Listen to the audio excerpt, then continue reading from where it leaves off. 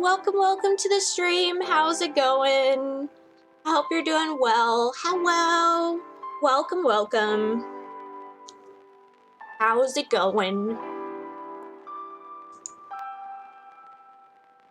I hope you're doing well, Rolf. Welcome. I'm a bit tired because I feel like I say this every Monday. I think being tired is just the Monday stream vibe. I'm alright, just chilling today. Heck yeah. Did you have a day off? Yeah, I got 6 hours of sleep in total. I did last night.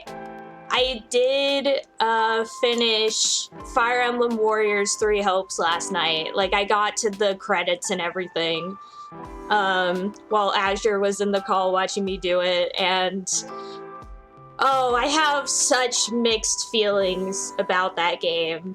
Like, I considered writing about it on my Twitter, but I don't know. Like, it was nice to see all my favorite characters again and do new stuff with them, you know? And it was nice to have new supports with everyone. I mean, the reason why I'm more careful with the stuff that I talk about on Twitter is because my Twitter has my, like, full name on it, you know? Like, my Twitter is my name. And it's connected to, like, the work that I do.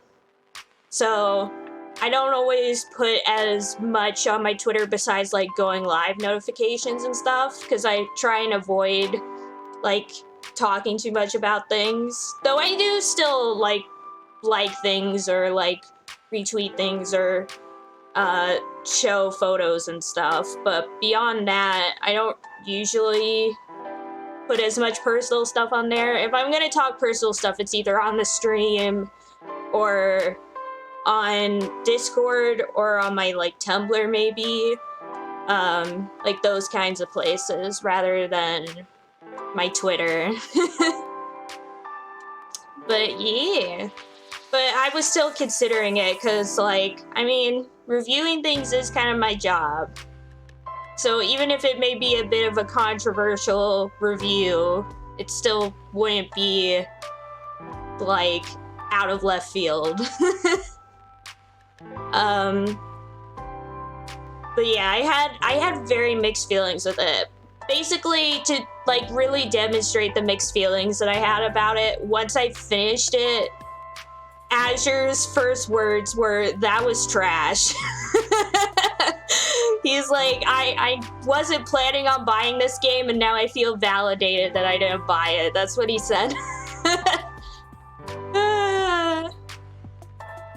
But, I mean, there were some good things about it. There were some things that I liked about it. Like, as I said, I did like seeing all my favorite characters again from Three Houses.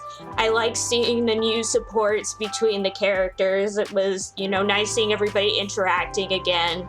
But just so much besides that was so, like, just not that great. Like, first off, the story was all over the place. And here's the thing, maybe if Three Hopes came out as, like, its own thing, I would have been fine with it and liked it. But the fact that it's compared to Three Houses, which is one of the games that I would say has some of the best, like, video game writing, like, it's pretty bad. Like, in comparison, you know? I mean, Three Hopes had a lot to live up to, since, as I said, Three Houses has incredibly good writing, very impactful writing, which is why it became so popular, was because of how well all the characters and the story was done.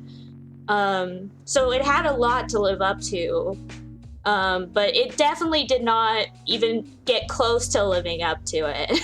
The writing was so all over the place. Like, literally, the first, like, couple hours of the game, are just absolutely, like, bonkers of a time. Because, so here's the start. You definitely should play Three Houses, Rolf, when you can. If you ever can get a Switch and play Three Houses, or maybe like when Three Houses is basically abandonware sometime in the future, and you can play it on PC, or if it's ported to PC or something, you should definitely play it. Because it's one of my favorite games I've ever played. Like, no joke. I love that game. Three Hopes, as I said, doesn't get anywhere close to that. So unless you end up really liking the characters from Three Houses and wanting to like see some more of them, don't play Three Hopes. That's kind of my takeaway from it. Or if you like Musos, like if you like Dynasty Warrior games, the Three Hopes is also a good time. Because it's like the gameplay is fairly enjoyable for the most part in some ways, but annoying if you're not a Muso fan. Because I hate the fact that the AI in Muso games is trash. Like, unless you tell them specifically to do something, they'll just be running around like chickens with their head cut off. And if you don't like, how should I put it? If you don't, like, if you're not in control of the character, then the character is gonna be so much weaker than you. Like, if you're in control of the character, they can, like, beat people up no problem. But if you're not in control of the character, they'll be like, yeah, like, it'll take them 5 billion years to kill one person. Where for you, it would take, like, 2 seconds if you were in control of them, you know? And it's kind of annoying, because you kind of have to micromanage everybody, and it's like, bleh.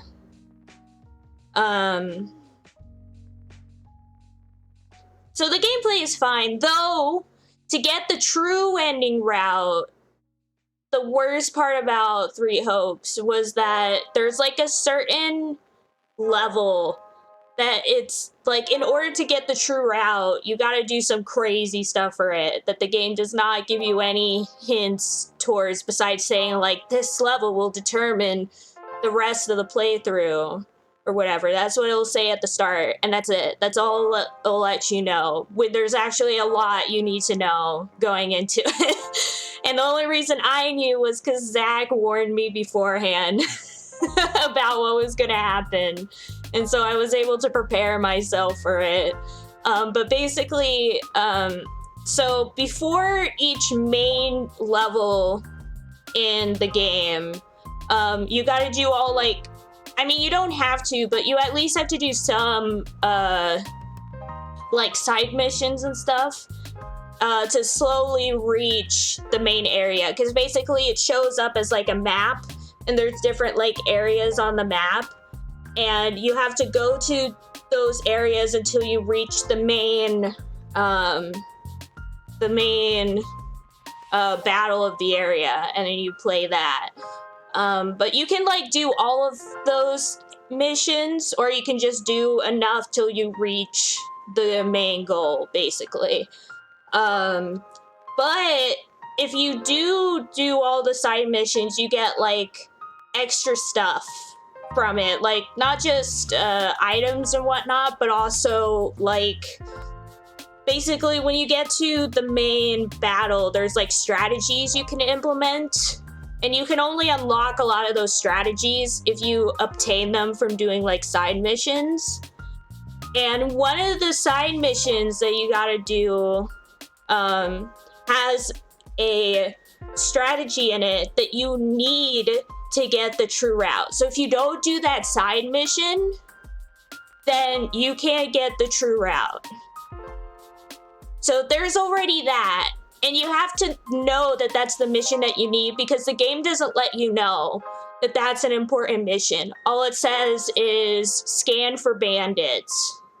That's like the entire like strategy. And it doesn't say that, oh, you need the strategy to get Violet and Gerald, like, or even to say like the strategy is needed for the true route or for getting certain units or whatever. Like, it doesn't tell you.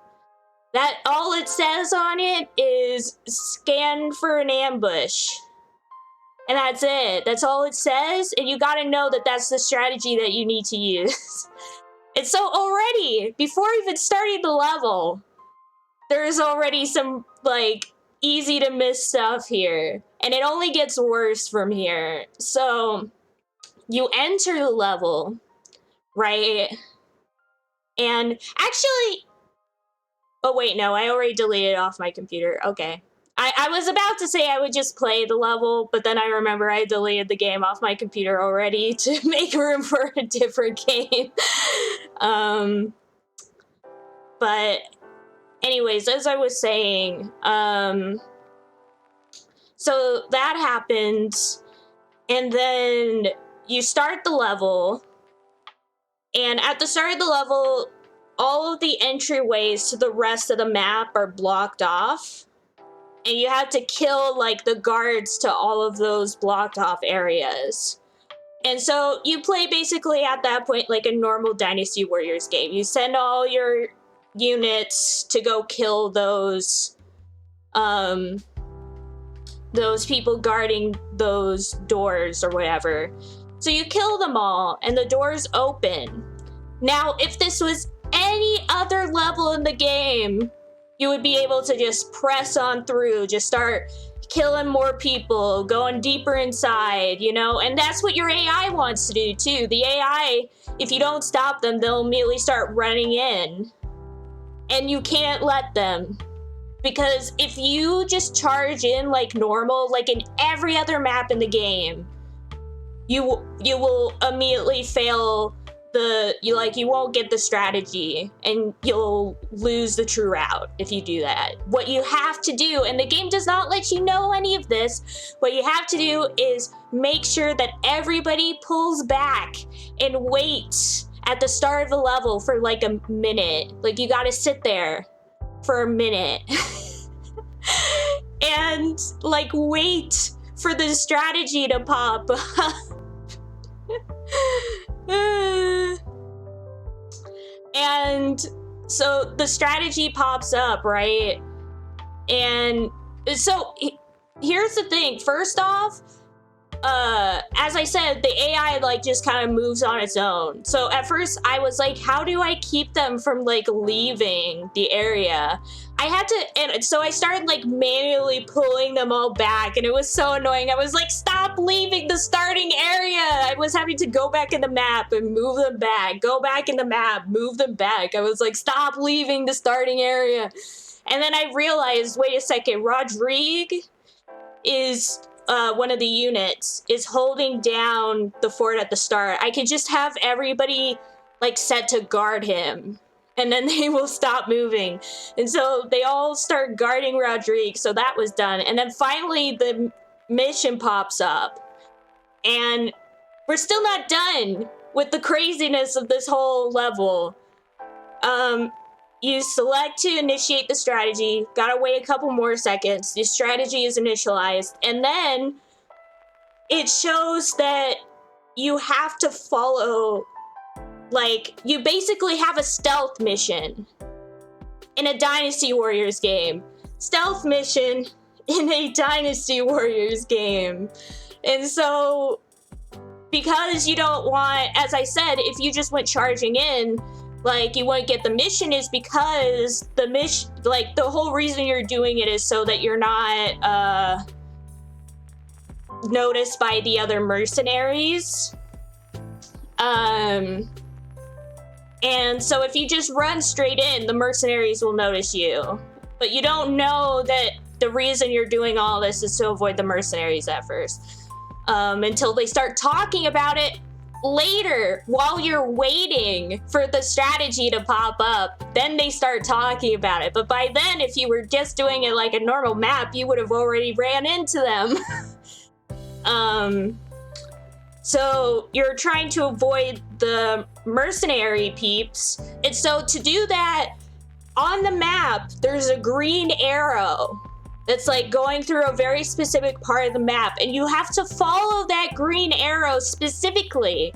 So of course, I can't take anybody except for one person that I can fully control. Because otherwise, they would just start running off in random directions instead of following the green arrow. And so I'm like, okay, I guess I'll go by myself, plus Dimitri, who's just following me around everywhere on this map. So I go through the green arrow, like through the map, like going through all the different sidelines to avoid the mercenaries. And I'm like, this is so dumb. And then I get to a door and I have to, like, wreck a stronghold. And then they're like, oh, now this person is in trouble over here. And so I have to set it so that my character is taking down the stronghold. And then I have to go back to the start of the map, get another unit that I can control, and take him all the way through all of that again to that area where the guy is getting, like, attacked by other monsters in this, like, side mission. And then I have to kill all of them. And then, and then finally, I set that unit, once the stronghold was taken over, I set that unit to just guard a stronghold so that they would just stay there. And then I continue through the green arrow until I get to Fleche, who's like one of the main villains of that map.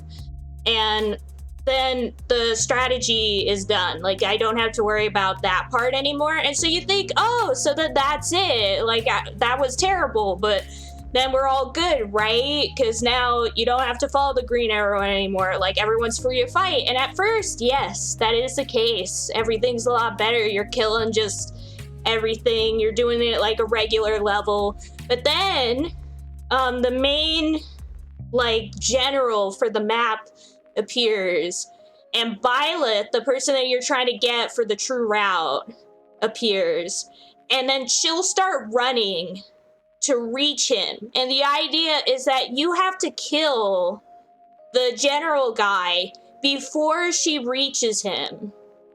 And she's moving at like full speed across the map. And you gotta kill him before she gets there. And the only reason I was able to kill him before Byleth got there was because I had taken some of the strongholds in her path and she had to stop and destroy the strongholds before going through there. And then I finally did it. And afterwards I was like, oh my gosh, I'm so glad I was told about this beforehand, because otherwise I would have, like, this wouldn't happen. This would not have happened. Oh my gosh. It was crazy. But yeah, and that kind of symbolizes a lot of my issues with Three Hopes. Is that, like, first off, of course, the gameplay is a bit, like, with the AI and stuff is terrible.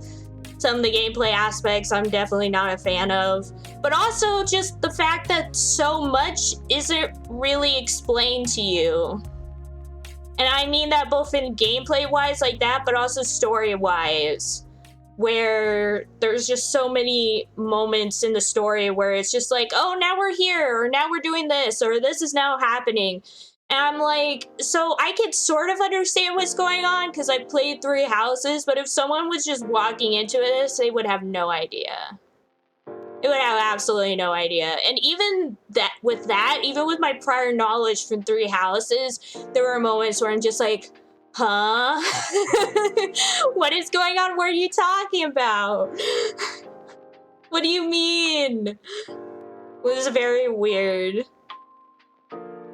Like, just to give an example, at the first couple chapters of the game last only a couple hours. And during those couple hours, so much happens. You start off, your main character, Shez, who's a mercenary, like, has their whole, like, group of people taken down by Byleth and the Gerald's mercenaries. And states that they're gonna get stronger to defeat them or whatever, right? And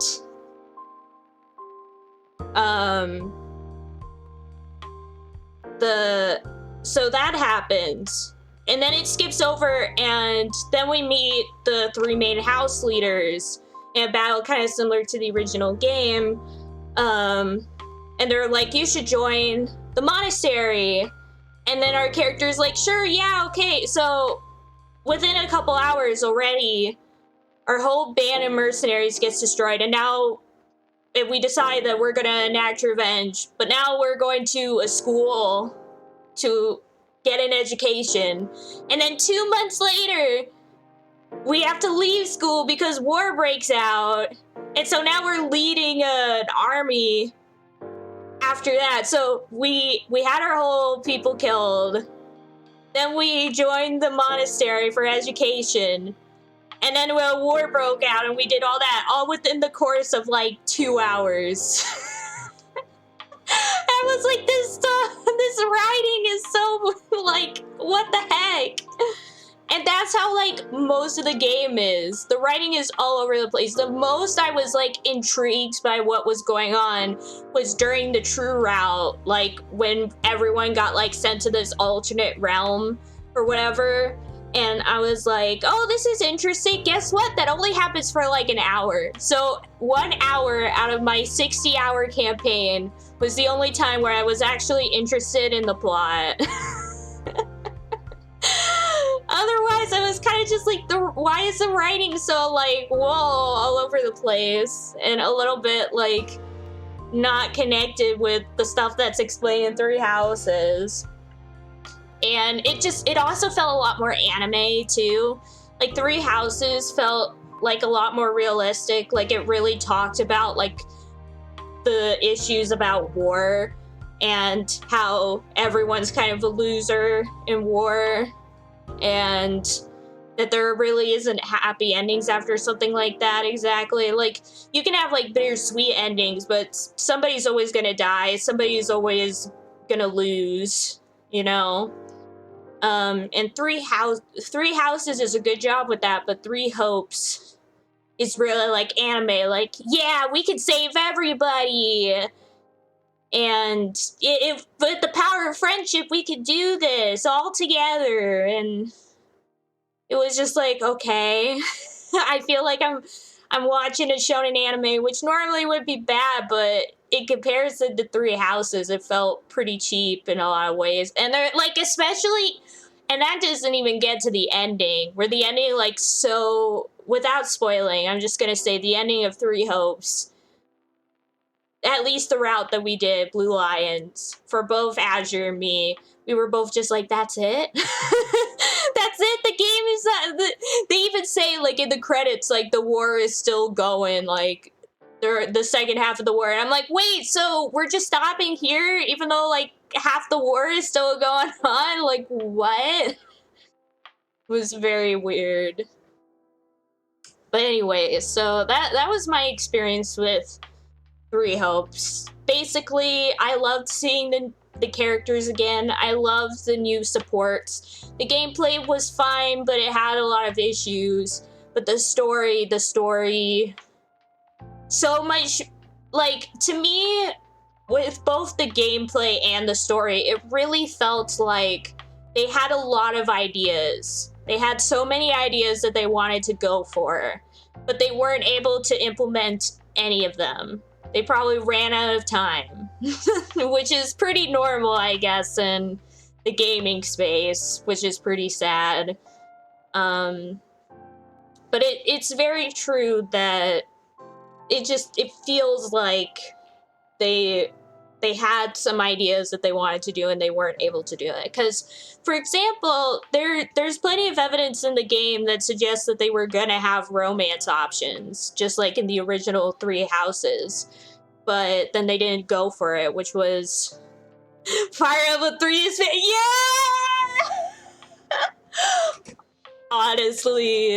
Honestly, basically, it's like so weird that they would just stop there. They would be like, oh, here's the second half of the war. The war's still going on, but the game's over. And it's like, what? I know, right? Warriors 3 Hopes doesn't have romance in it, but there's, like, hints that the romance was planned, you know? Because, like, you still have, like, the expeditions where you can basically go on a date with characters and they'll be all blushy and everything. Like, there's enough hints in the game to suggest that it was a consideration, but they probably just ran out of time. Just the same with the plot, too. There was so much stuff about the plot that I could feel that there was more for it originally. That there was more plans for what was going on, and in the end, they just didn't have enough time to explore any of it, which was sad. But yeah, so free houses, biggest of beefs. But yeah, I mean, Three houses is great. Three hopes, I don't know. It was a time indeed.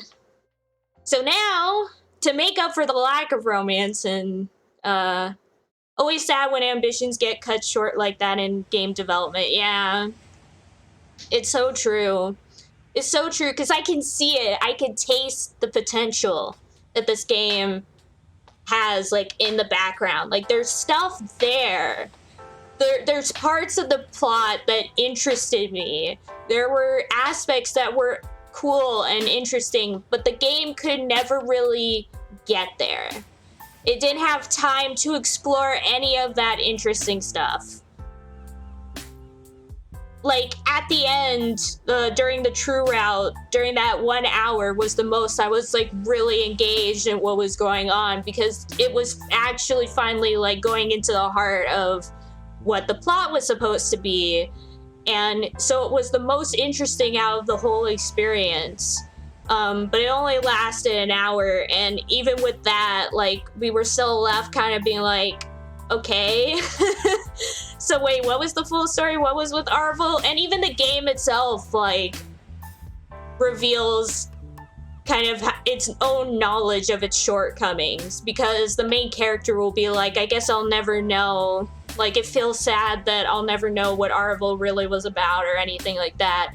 And it felt like the devs kind of being like, I'm sad that we weren't able to explore this more. And I felt sad, because it was the most interesting aspect of the new game and wasn't able to really be explored as much as I would have liked. But yeah. But yeah, to make up for the lack of romance in Three Hopes, after this game, and I've already downloaded all the content for it, is I'm going to be playing another new dating sim game that came out recently called Birushana. And I've heard a lot of good things about it. I heard from people that the heroine in it actually does beat people up. Like, it's not like Chizuru, where she's all like, oh, I know how to fight, but I actually can't. Like, it's not like that. In Birushana, apparently our main character is actually a badass and can, like, beat people up. And so I'm excited to play it. So I've already have it downloaded, so I'm probably gonna start playing it maybe tonight. But yeah, so, and of course we're playing Hakuoki today, so there's that too. Yeah, devs inserting spite towards the producers. Yeah, I always love that. And for a non-game example of it, I just watched one of my favorite YouTube channels is Super Eye Patch Wolf. And he recently did a video on the current state of Shonen Jump. He makes like it's like this ongoing series where he kind of goes into like what manga is popular, what upcoming mangas are appearing and things like that, what mangas are disappearing. To kind of see what the current state of Jump is, which will determine like what animes and whatnot are likely to come in the coming years, you know? And in the latest video, one of the mangas that ended up ending prematurely started off as like really promising with incredible art and everything. But then because of how intensive Jump is, like having to constantly write, constantly draw, constantly do all that stuff, the manga kind of started like deteriorating over time because it just didn't have enough time to like be able to do the time-intensive drawings and write the good stories and stuff. And so towards the end, like, the manga started becoming more and more meta about it. Because it, like, of course the author knew that its time was coming to an end.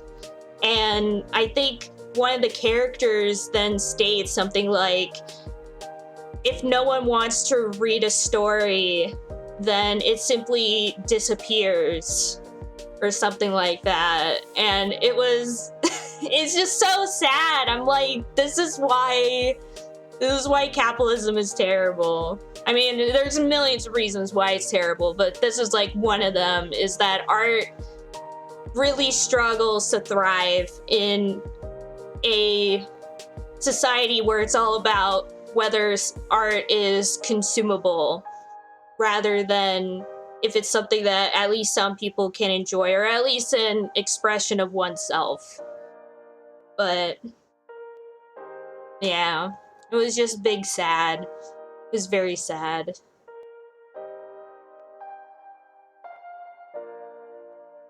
Yeah, I will always prefer games taking more time in the oven and, you know, having its own uniqueness to it than something that is, you know, commercialized for everybody and isn't as great as it could have been if it had more time. But yeah.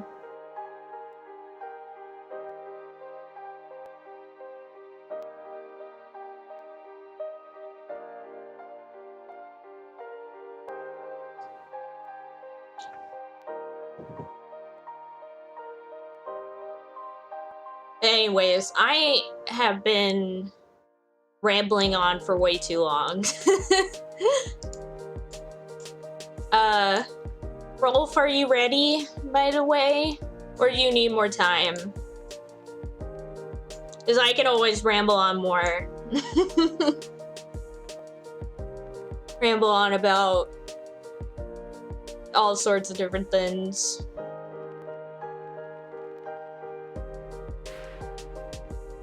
Hello.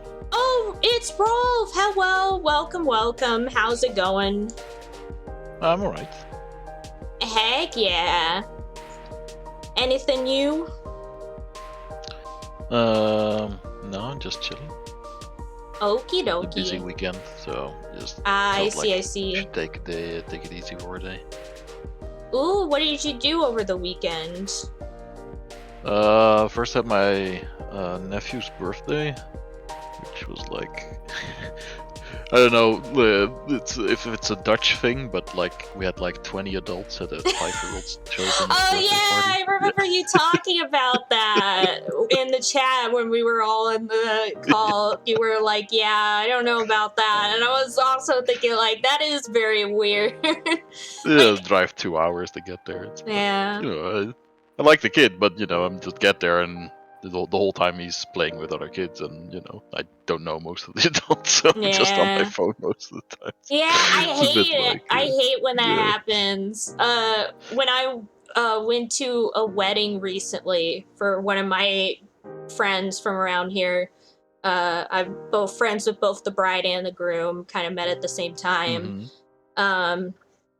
And so they were getting married, and I remember I came to the wedding procession, and there were so many people there, and I didn't like know any of them besides the bride and groom. And so I was like, I don't know what to do. I'm so nervous, just like standing here. But then luckily some peeps that I knew finally showed up. And I was like, oh my God, thank God. You guys, I'm so happy I see all of y'all. I know y'all. So in the end it worked out, but at first I was like really nervous. I was like, I don't know any of these people. They're all like families of the bride and groom, and I'm like, I don't know any of y'all's families. or childhood friends and things like that I also don't know. Yeah. But my nephew seemed happy to see me at least, so that's nice. yeah, I'm happy for you. I'm glad it was a good time, at least in that regard. Yeah. But yeah, I can understand like being like a bunch of adults if it's like a little kid. But yeah, once the kid is old enough to like make their own friends, it is kind of weird to still have a giant party full of adults. Yeah. I think they did say that from next year on they're not gonna do it like this anymore. Yeah. That makes sense. Yeah, because normally when the kid is very young and they don't have, like they're not able to make friends yet because they aren't going to school yet or things like that, then it's like, like the family and whatnot comes together and celebrates for the child. But then once the child can have like their own friends over, it's like kind of mute point at that point. Yeah, exactly. Because of course the child is gonna rather hang out with their friends than their family members for the most part. But yeah. I'm glad you're able to chill today though, Rolf. Yeah, I could make some time, fortunately. Heck yeah. And sorry for coming in last minute, but I did. Oh, no problem. I woke up at like 2:40 and I'm like, oh frick. Oh, right, stream. Yeah, I gotta stream, even though all I want to do is just lay in bed. Oh. But anyways, so let me pull up the game. I remember last time we were climbing up a mountain with Kazuma, and he told us that apparently female demons don't have a lot of stamina, which was dumb. Yeah. One of the dumbest things I learned during this game. It's like they're trying to justify her not being not useful. being as strong. And so dumb. It's like, oh yeah, she can't do it because she's like about the same level as a normal human woman in this regard. I was like, what? What do you mean? What's the Apparently she point? can just get stabbed and shot a bunch and that's it. Yeah. Yeah. That's all she's good for. Yeah, she can only take hits. That's all she's good for. Like it's so dumb. Like I love this game. I love the Hakuoki stuff. I think the stories are good, but the way they did Chizuru, not the best. Did her dirty. They did her dirty indeed. Oh, I should open up my my chat on my phone because I can't actually see the chat while the game's open. I'll open the stream. Because it takes up my whole screen. It's times like this where I'm like, I really should have 2 monitors. Okay. Oh, what a great place where we stopped. Going to bed. The game. Opening up the chat.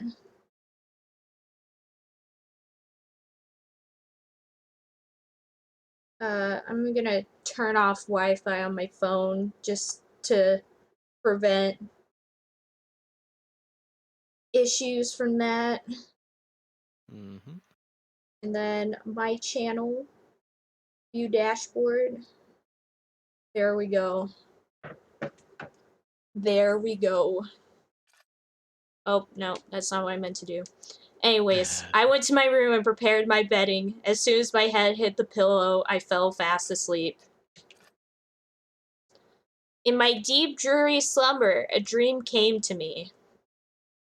A what? A dream sequence? Nah. The setting was my childhood home, and my arm was being pulled by someone. Oh, we're seeing the fire. Through a muted white haze, I watched smoke billowing into the sky, tall flames surrounding us at every turn as we tried to flee hastily. That's obviously Kaoru, I'm guessing. I guess, yeah. A familiar figure, not too far from my own age, was leading me somewhere by the hand. The burning village evoked a strange feeling of deja vu. Beside us was a small hill where I'd often picked flowers and the pen that housed our livestock. Those places, like the memories attached to them, were becoming reduced to ash and cinder, and from the distance I heard shrieks of terror. What was going on? Who could possibly do such a thing? Were father and mother safe? As my mind swirled with anxiety. Flames blocked our path, encroaching towards us slowly. Just then. Oh, I think this is Dad. Kaoru, Chizuru, this way. A voice frantically called out to us. Although his identity was unclear, I understood him to be one of my relatives. Quickly grab hold of me. The flames will catch up on us. I still love that voice so much. It was so funny when at first I assumed he would not be that important of a character. He turned out to be the main villain. It's so good. I just love it. The silliest voice in the world. I know, it's so good though. I did see it. Yeah. I had an unfortunate smelting accident. It works. It works so well. I love furries. He does!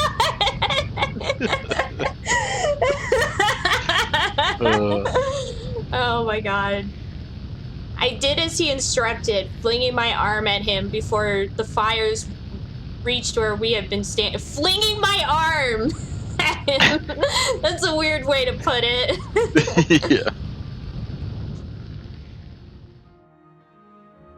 Rushing into his arms, the man led us into the forest at the outskirts of the village where our breathing became easier away from the thick, smoky haze.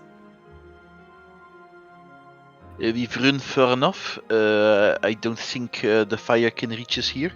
We should be safe.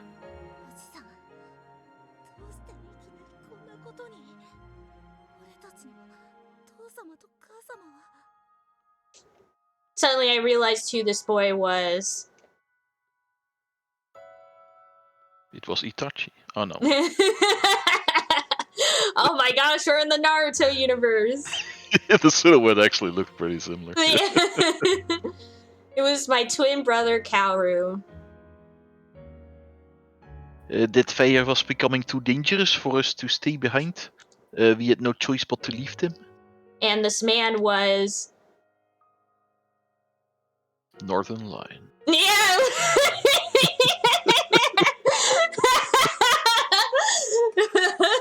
I can't believe Northern Lion saved us. Who's that streamer? Who's that streamer? It's Northern Lion! Unforgivable, the humans have cruelly summoned calamity and misfortune to our people. Are they punishing us for refusing to overthrow the shogunate? They light our families, our homes on fire for wanting peace. We lived in solitude. On that night, it wasn't our father, but a distant relative who saved us from being burned alive. He later assumed the role of my father and raised me, Kodo Yukimura. I wonder who he is. Yeah. You're gonna have to check the Wikipedia for check it. The wiki, yeah. I awoke Give with me a tooltip. Yeah, it gave me a tooltip to help me out. I awoke with extreme fright, tears streaming down my face hysterically. For whatever reason, my mind needlessly exhumed a memory that was buried and suppressed years ago. Now it was all coming back to me. That fateful night, humans mysteriously appeared and set fire to our village and sadistically murdered dozens of my people, including my beloved parents. Or so Kaoru later told me. In a selfish grab for power, they wiped our village from existence and attempted to absorb our land. Father made one thing abundantly clear. Continuing to allow humans to rule barbarically and further their destructive tendencies, it would only produce more orphans like Kaoru and myself. Although I was opposed to the idea of using furries, of all things, as a force to counteract mankind's penchant for destruction, at the same time, there was a method to their madness, and I couldn't bear to think about how they coped with the memory of our people's genocide. A knock at my door snapped me out of my stupor. Oh, I am now, asshole. Yeah. On the other side of the door, I heard the inn's attendant calling out to me. Oh, yes, what is it? A guest? Who could it be? One moment, please. I'm a little indisposed. Just let me arrange my bedding. After I tidied up my room, the attendant slid open the door and ushered in my surprise visitor. Oh. This motherfucker. Oh, what's this? Is it just you here? Best voice.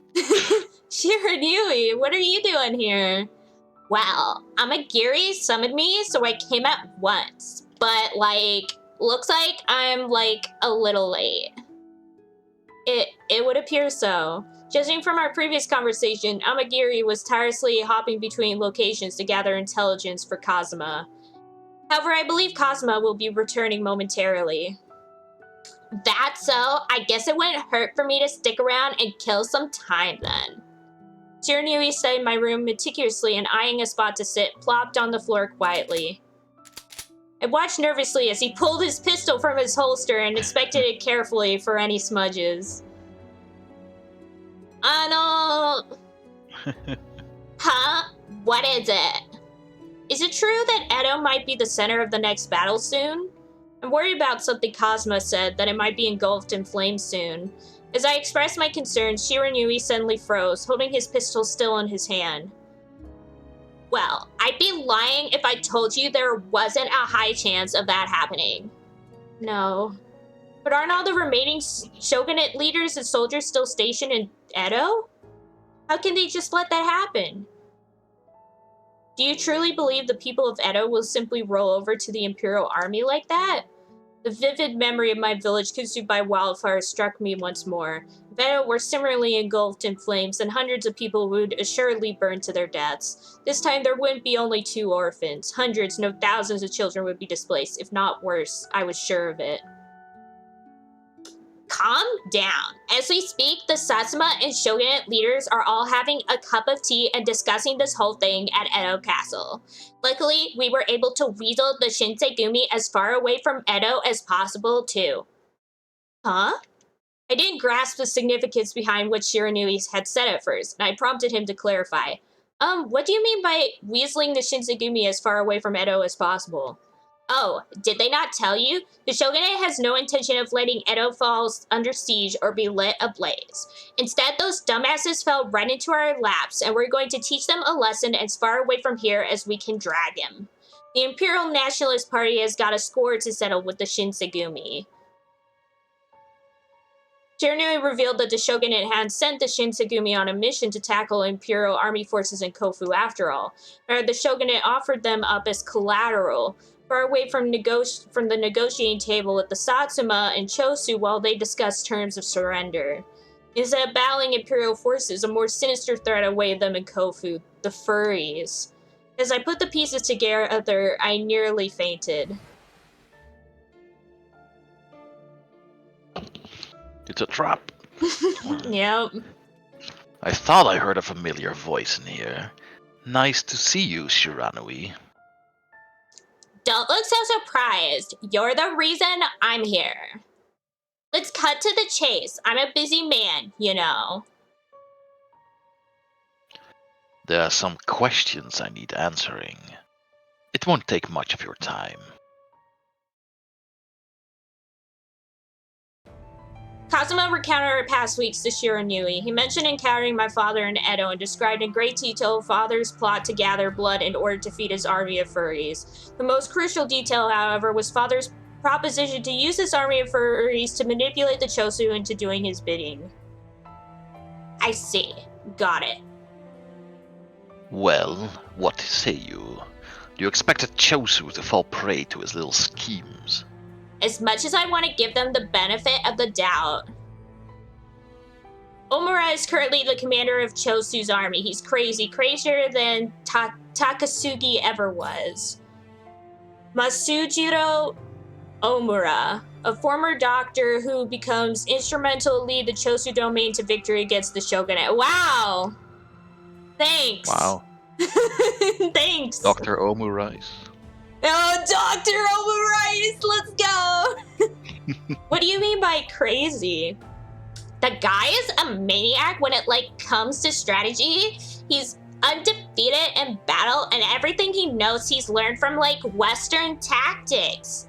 History has seen men of his kind in the past, and you can expect to see more in the future. They are architects, shaping the world with their destruction. Wait, so was he the one in charge of the army during the second Chosu expedition? What was this? Made by the shogunate to subjugate the Chosu domain for its insolence. Sadly, both campaigns ended in failure. What? Alright. Oh, okay, I guess he was. I don't remember that, but okay. Too many events are happening. Yeah. You got it. It was Omura and Takasugi, who I was guarding at the time.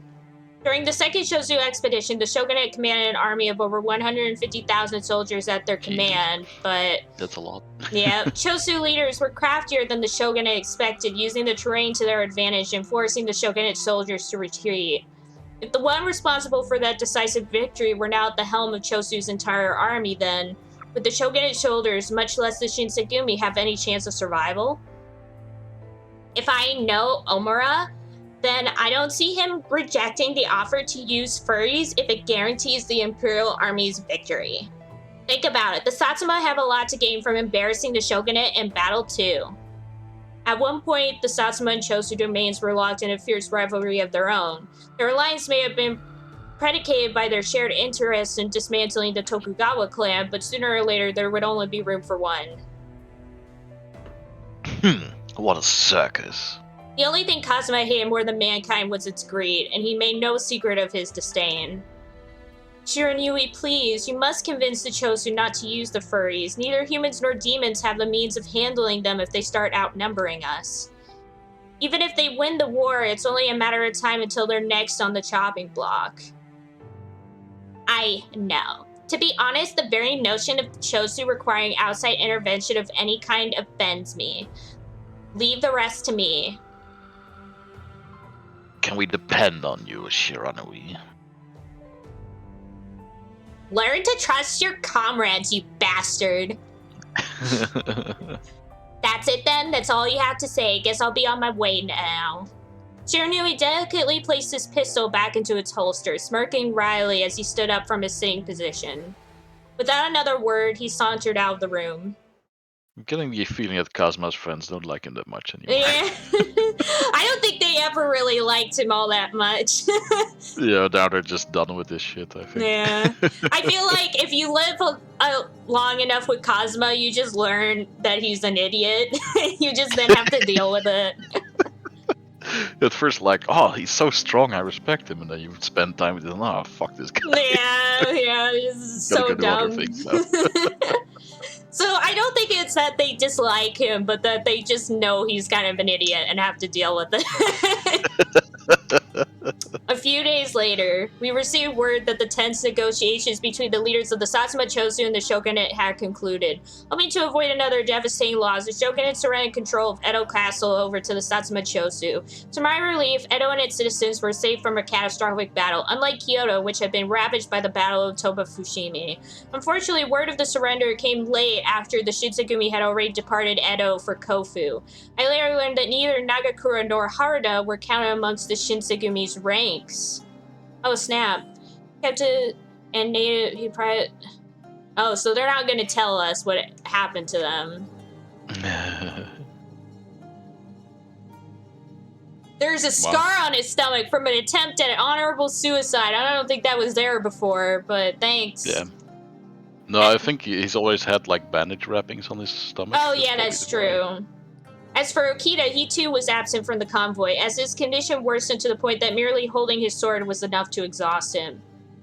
My curiosity was driving me up the wall, and I wanted to learn more about their status, but Dr. Matsumoto was I guess occupied. I should have chosen the other route if I want to know more about them. Yeah, basically, like, if you want to know about any of these characters, you got to have played their routes, basically. You picked the villain, dumbass. Yeah. Though, like, the issue is as I said, depending on whose route you pick, you have a very different, like, not very, like, the history is still the same, but the way events play out is kind of different. Yeah, like, as I said, if you pick Okita's route, that's the only route where he doesn't die. He actually survives through the whole game in that route. Mm-hmm. And the same with, what's his name? Oh. It's not gonna let me look at the other characters. There's another character, there's like several characters basically that unless you go on their route, they're dead. I think Yamazaki died. Yeah, Yamazaki dies unless you go on his route. Like, legit, those two characters, no matter what route you go on, they only survive if you're on their own route. Otherwise, they're straight up dead. Dr. Matsumoto was occupied with the tumultuous political climate, and letters were becoming fewer and farther between. But, it's the one thing is that, remember how when we, before we met Kazuma, towards the end of the route, when we were leaving, Kyoto for Edo, oh my gosh, I forgot his name. That guy died.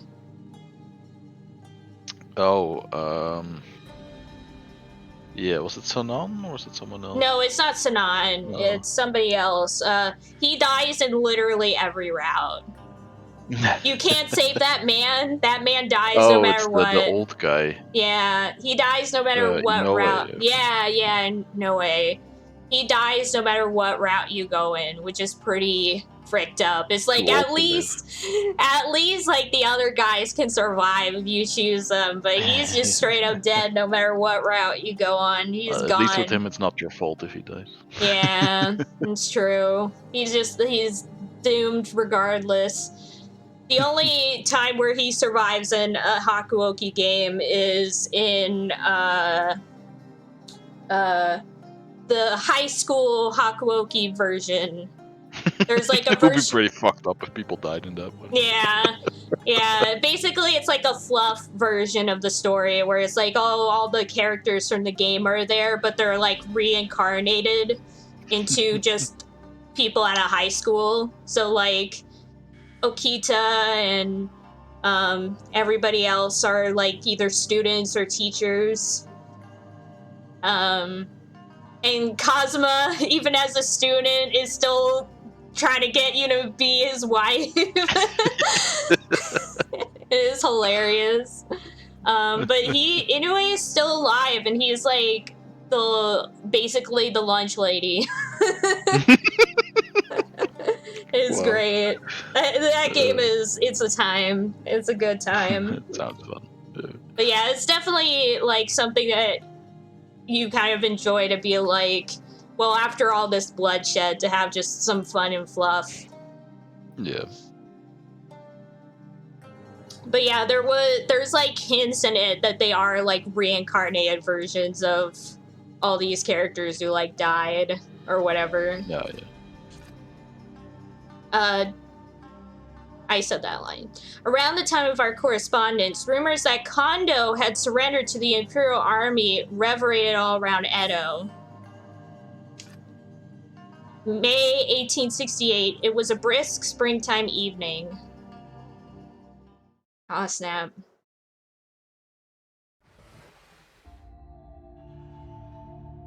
Listen carefully. Kodo has emerged out of hiding at Tosa Domain's residence and is mobilizing. He is? That's this motherfucker. Yeah. Was it me who was voicing him? Yeah, but I can take him Yeah, over if you no. want. 'Cause Yeah, sure, you can take him over. they are heading to Ueno, I bet. Logic would dictate yes. It's the only locale near Edo with a dense enough population to feed his massive army. Their foolish plan to thrust Edo into chaos hadn't panned out as expected. Surely they are reaching the point of desperation. Ueno was a mountainous region slightly north of Edo. The Shogi Company was assembled by one of the former Bakushin who recognized Ueno's potential as a strategic location against the Imperial Army.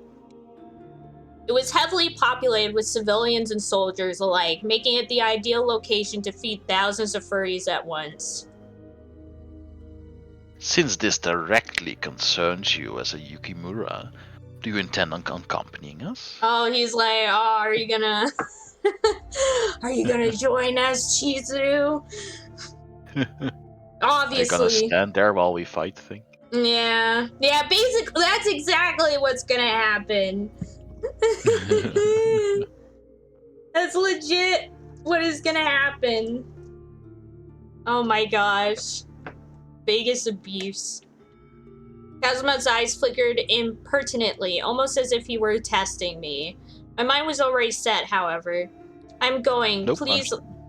Yeah, I just like, nah, actually, I like this room. I found some cool books, I kind of want to read it.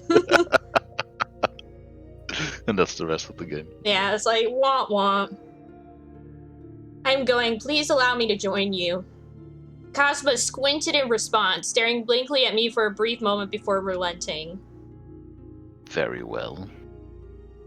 His curt response was all I needed. Very well.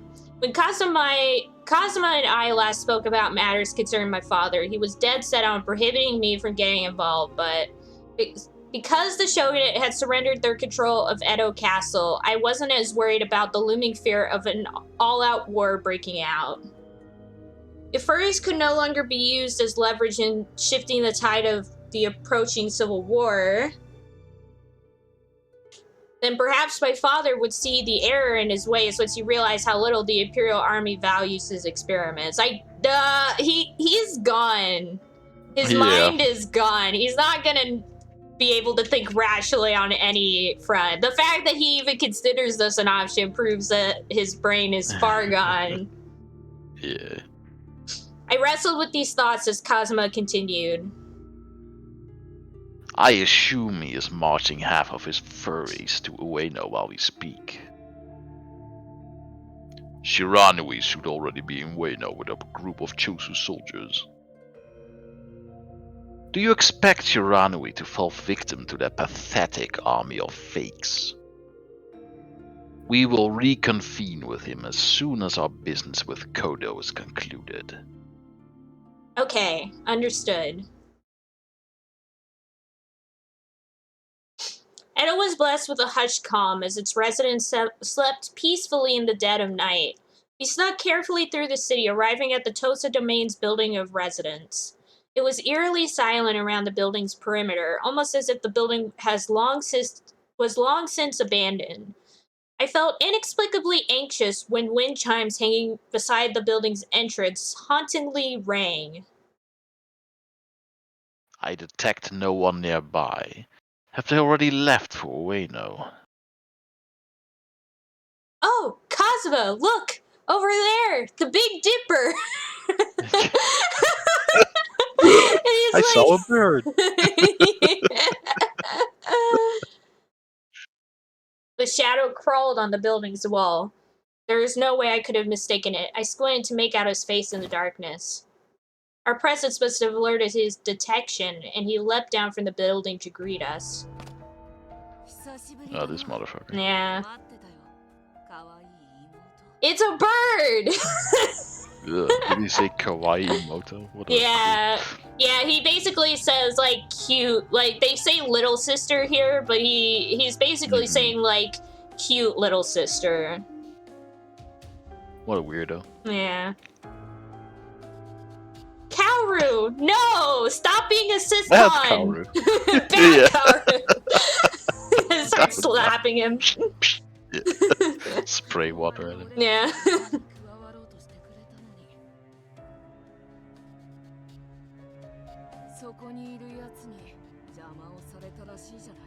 No, I did not want to join you.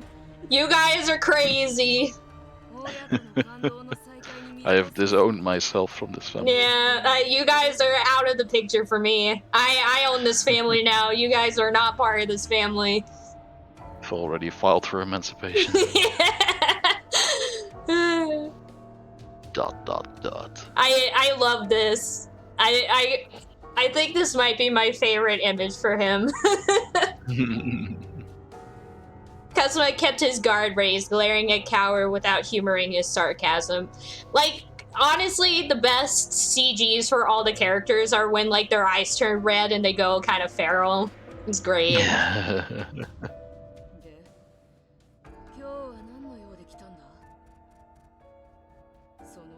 It feels like Kaoru is almost from a different game, like in its art.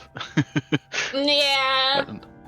I mean, the art style's the same, but it feels like he's a character from something where everyone is his age. Does it make sense? I don't know. Yeah, It just feels kinda out of place. I can definitely see that. I mean, I think what the issue is like, so Kaoru has to be our twin. And what happens with a lot of like VNs, like dating sim VNs, is that like the guys will have one like body type, face type, and the girls will have a different one. And so we see the guys tend to have, like, the guys do not have as big of an eyes or the same kind of like body shape and whatnot as Chizuru does. And it's being like reflected in Kaoru as well. So that's why. So that Kaoru can be like our exact twin. That makes sense. Yeah, and so that Kaoru could possibly be mistaken for a woman, just like we could be mistaken for a young boy. Yeah, it's just funny that he's acting all mature, but he looks like a small child. Yeah. Especially next to Kazuma. Yeah. It looks like, you know, every time Kaoru is like facing off against one of the characters, whether it's Kazuma or Okita or whoever, it kind of looks like an adult like beating up a child. Yeah, it's like Kazuma could just like stomp on him like that when he's dead. Yeah. Shut up, child. No more Xbox for you. Grown-ups are talking. Yeah. Go to your room. But as I said, yeah, it makes sense considering that for Chizuru, like, the reason she could pass as a guy was not because they saw her as, like, a man, but because, like, she looked like a boy, basically. Yeah. And so it kind of is reflecting in Kaoru, who actually is a guy, but because he's supposed to be our twin, it's kind of having the same thing that happens when we try and dress up as a guy. Yeah, so he has to look feminine, which in other words means he has to look young. Yeah, basically. Oh wait, yeah, we heard this. I wasn't sure if either Kaoru or father were interested in hearing me out, but if I hadn't taken the chance to speak with them first, Kazuma would have murdered them without question. Moreover, no matter what happens, I had a responsibility to talk some sense into them. And then let Kazuma kill them. Yeah, and then let Kazuma kill them if they don't, you know, come to our side. Kazuma, please give me one more chance to convince them. Without moving his head, Kazuma shifted his line of sight at me begrudgingly, taking his time to decide. As you wish. As you wish.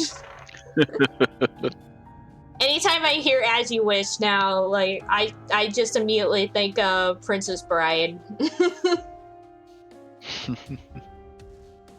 Thank you. Thank you. I felt a huge pang of relief, and after thanking Kazuma, I turned to face Kaoru. I want you and Father to hear me out before this goes any further. This is so dumb. Like, at this point, I would be like, yeah, at this point, I'd be like, this is a lost cause. Y'all are... I guess it's her family, so she wants to... Yeah. I guess, yeah, she wants to believe that she can reach out to them if she tries hard enough. But we saw Father. He was literally insane. And here's the other thing. If you play Okita's route, it's also obvious that Kaoru is really messed up as well. There is something deeply wrong with him, too, because of the trauma of what happened to him. Kaoru gazed at me coldly, pursing his lips as he thought about how to proceed.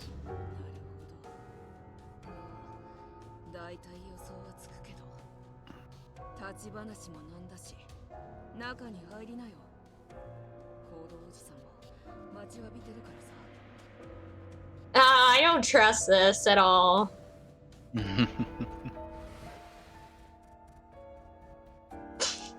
Chizuru, at last you've come. You know, he's normal again. He's no longer a crazy man. Father! Oto-san!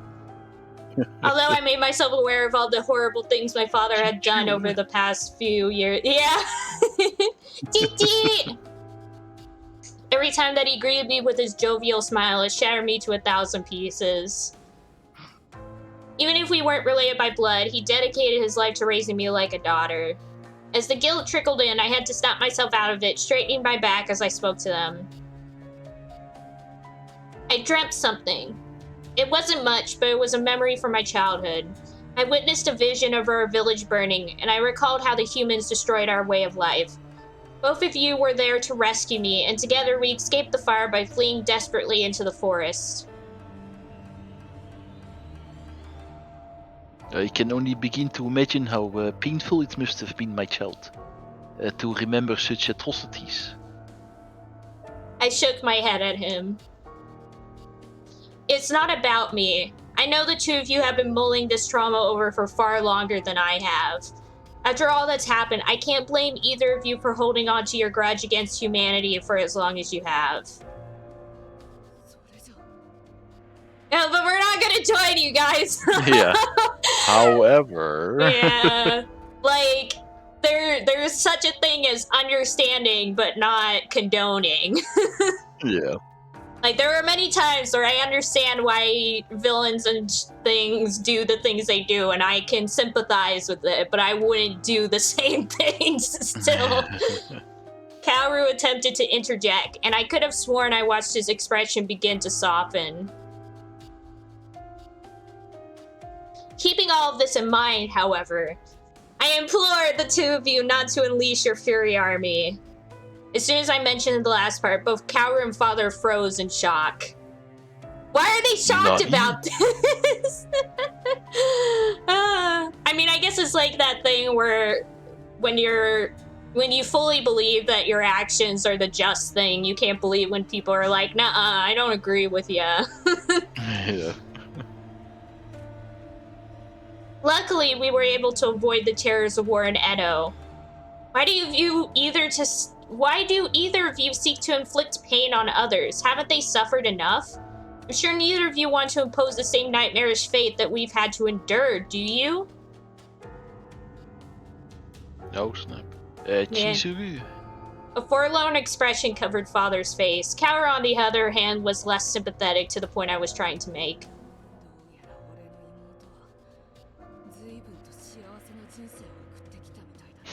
That's a good line. Yeah.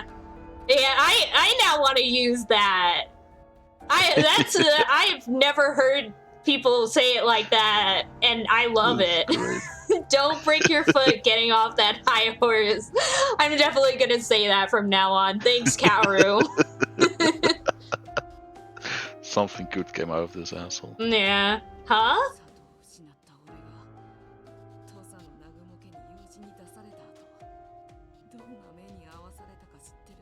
Yeah, that's the whole point. Yeah. Now you're doing this to others. Yeah, that's what we're trying to say, is like, don't you all realize that if you do this, like, revenge never leads to good things. Like, it only leads to other people suffering and then wanting revenge on you, and at some point it's gonna catch up to you, and then you're dead.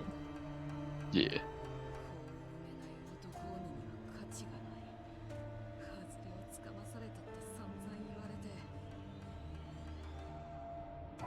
I mean, even if you could bear children, like, the fact that they based it all on that, like, shows that they probably still would have in a way treated you like dirt. Like, I get it, Kaoru. I can't bear children either. They're just so annoying.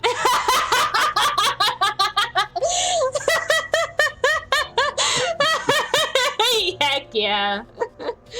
But yeah, I'm just saying, Kaoru, being a breed mare is also not great. No.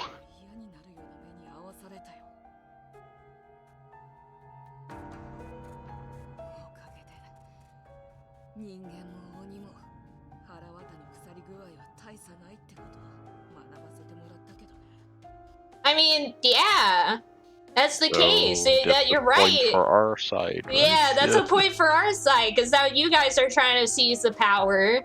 How are you guys any different? Listening to Kaoru made my heart sink. All that time I was living peacefully with Father and Edo. Kaoru was forced to endure a miserable life without love or compassion. It explained so much. While I sympathized with his terrible circumstances, what do you want, brother? Do you want to use the furries to rebuild the Yukimura clan? Is that what you really want?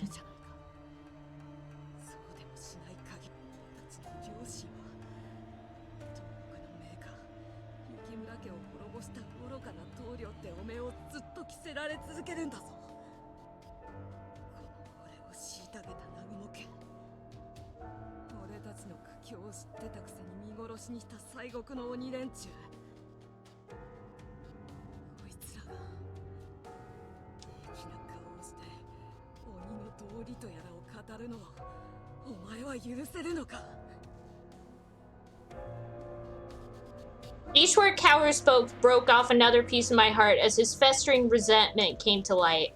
Maybe I judged him incorrectly, and the only thing that could soothe his restless soul was if he exacted revenge on every person that ever harmed or wronged him in the past. Perhaps there was no other way. Kazuma stepped in front of me all of a sudden. He hadn't even looked at me as he spoke.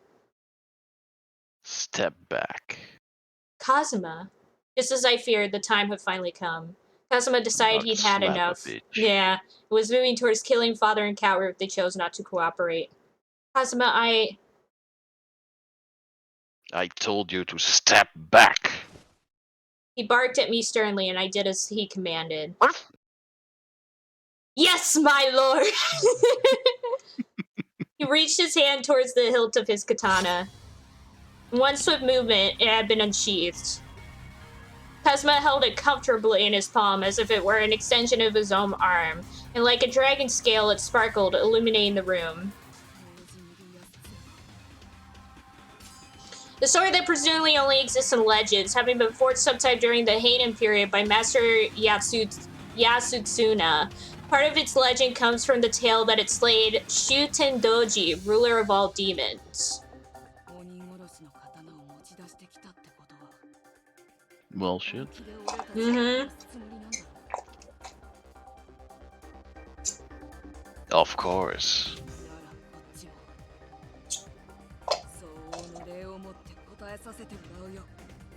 This is the double demon slayer. It's like they start pulling out like better and better swords. Like, the anti-demon flamethrower. Yeah, the killer demon shotgun. Demon annihilation intercontinental ballistic missile.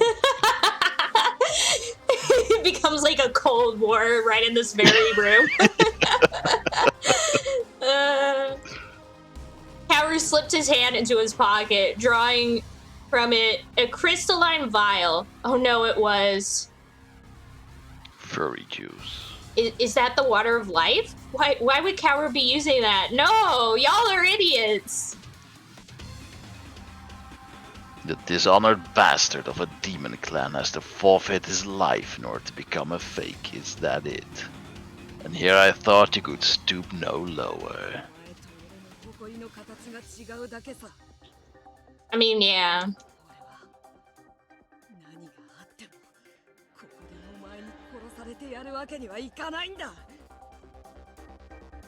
Oni-chan!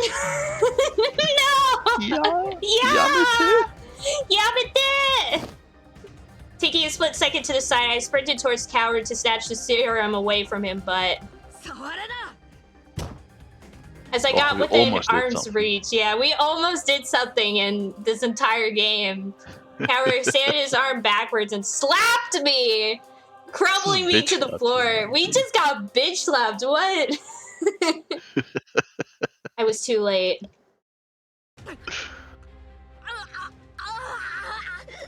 Oh god. Oh no, he's going through puberty. Yeah. Coward gripped his chest as he moaned in anguish.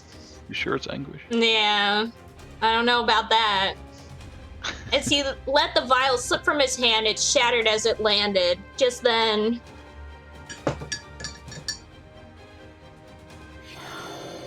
Oh no, it's gonna get horny. Yeah. I witnessed what appeared to be a white frame.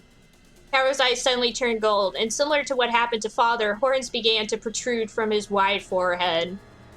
My twin brother, Kaoru Nagamo, had drunk the water of life and become a furry. What's your persona, Kaoru? Same as his dad, it's kinda cringe.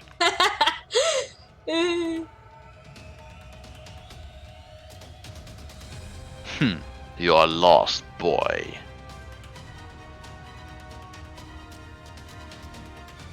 Kazuma muttered coolly under his breath. All of a sudden, an aura emanated from Kazuma as his body shapeshifting, revealing his true demon self. I was gonna say, I wonder what would happen if he drank the stuff, but he just doesn't need to. Yeah. Look, he has two horns. Look, he doesn't have just one, he has two pairs of horns. Oh, two sets, yeah. Yeah. More horns, more power. Heck yeah. Both of them radiated chakra-like spheres of energy, glowing white-hot as they charged at one another. The thunderous clang of their blades echoed deafeningly around the room. Gah! Gah! Their agility was superhuman, making it difficult to track the paths of their swords as they rapidly traded a flurry of unrelenting attacks.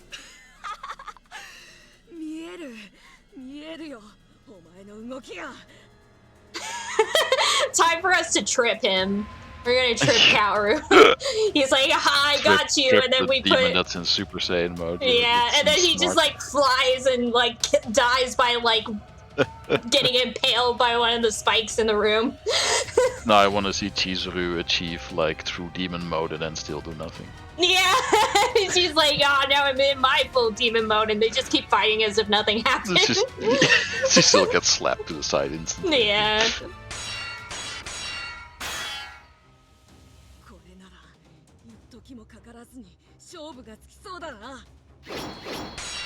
Not too bad, because I'll kill you in seconds. Yeah. Yeah, I can see him saying that. Sparks flew as their sharp swords cracked into one another, and neither was willing to let up steam. Kodo, you're mine. Let's go. I completely forgot that Amagiri was here. This face on Kodo is so fucking. I hate that. Every time So he makes creepy. that face, I hate it. It gives me like the same icky vibes as like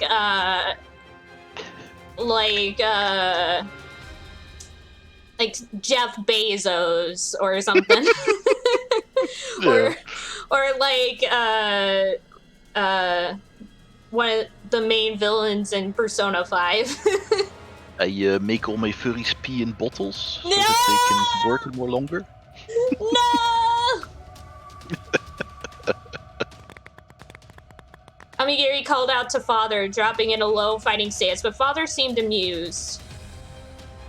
There's no need to rush things. In fact, since we're all here together, perhaps you would be better off warming up with my beloved children. That's weird. Yeah, I don't like that either. I don't like the undertones of all this. Yeah. From behind us, I heard the ominous creak of doors all sliding open. Within seconds, our worst fears were realized. Oh no. Oh, frick. Yeah, I don't like this. I don't like this at all. Also, pointy hats. Yeah.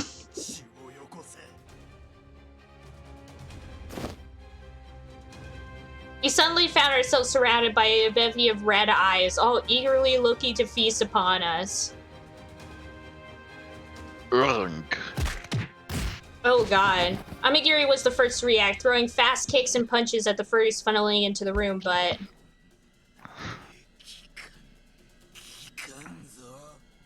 Oh god. Not even Amigiri's exceptional martial arts technique could subdue the incoming furries, and they closed in without flinching. You bastards. Kisama. Amigiri had the advantage of battle-worn experience and superior physical strength, but they had the numbers. His attacks did little to stunt their vicious fervor. Soon dozens of furries had us cornered. Amigiri, Kazuma! Fearing for their safety, I grabbed a hold of my Kodachi in order to join them in the fight, and something will stop us. Yeah, our dad is gonna grab us and be like, oh, you just gotta watch. Suddenly, Howard, oh my god, Yep. you would have thought! Oh, she's phrasing. Yeah, don't say that about our dad. Oh no. Chizuru, let's leave while we can. You know, really like we're are totally crazy. On good terms. Yeah, you're absolutely crazy, dude. Come with me if you want to live. Oh my gosh, he really is a Terminator. Hasta la vista. I'll be back. I'm just hearing it in that voice. It's so nonchalantly like, hasta la vista, I'll be back. Oh, it's so good. Otto-san! No matter what anyone else claims, you are a descendant of the Yukimura clan. Your parents would have wanted you to join us more than anything. No! Hanase! I attempted to wrestle myself out of Father's grip, but he forcefully pinned me with both of his arms, making it nearly impossible for me to break free. Father! Not making it any better here. Yeah, what is it you plan on doing with me after you take me away? Don't tell me it's true. Don't tell me you expect me to bear children with furries. Demons of Japan and demons of the West. Two species that have never been acquainted with will now come together as one. And from their onion shall produce the strongest demons to ever exist. From their onion! Yeah, I couldn't resist doing that one. This Chizuru is your destiny. I'm gonna throw up. I'm gonna throw up and punch you, dude. Like, that is so messed up. That's basically like saying, like, stab him. Yeah, I would absolutely stab him right here. I would take I wouldn't care if it was my dad. If he was telling me stuff like that, I would kill him. Yeah. Like, this is too much. I believe that this is what you were born to do. You're a woman, so you were born to be a broodmare, and specifically a broodmare to something that is another species, basically.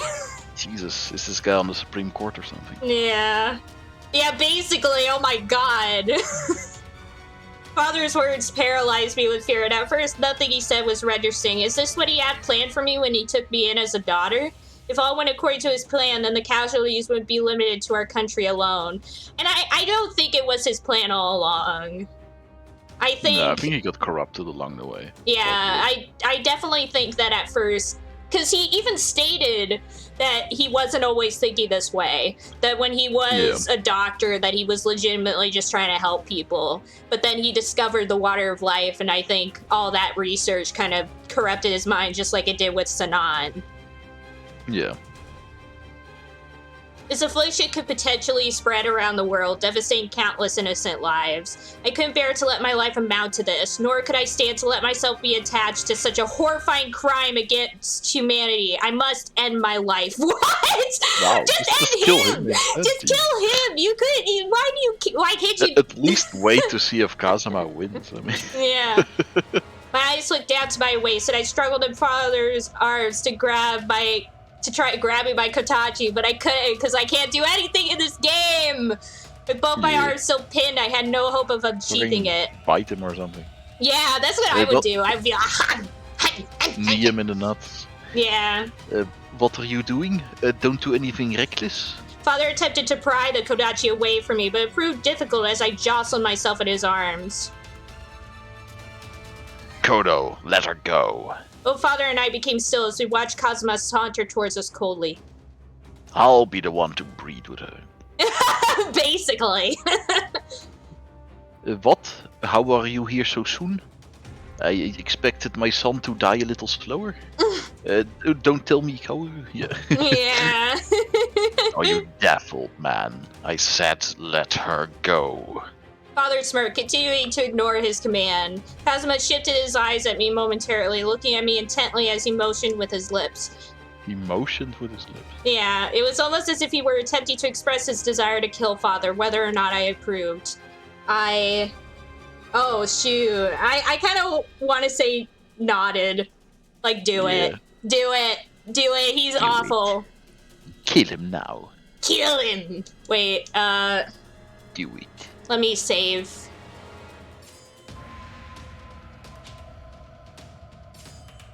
Kill him.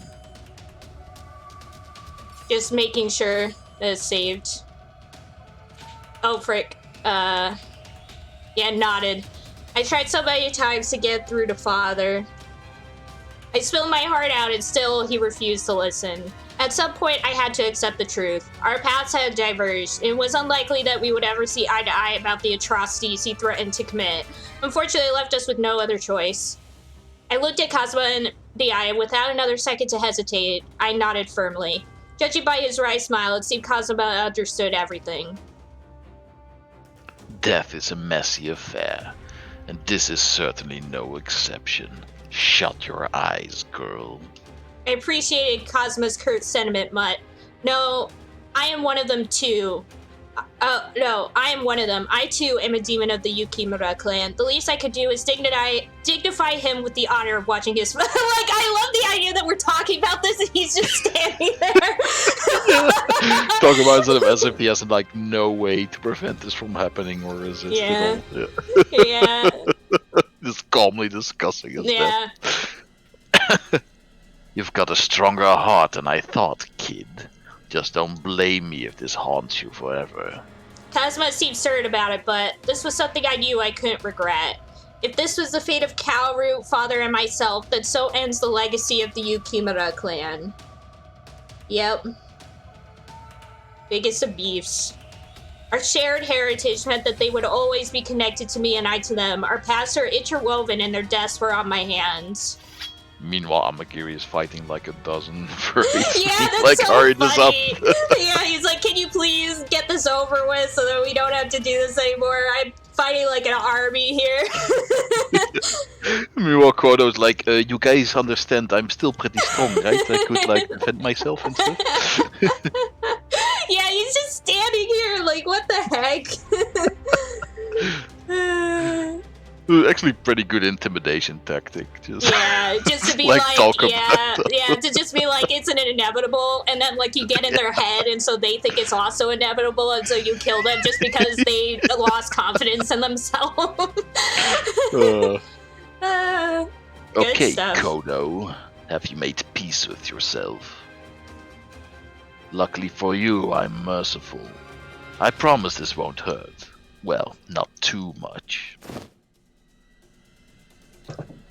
Kazuma raised his sword arm high above Father's head and stepped within inches of his face.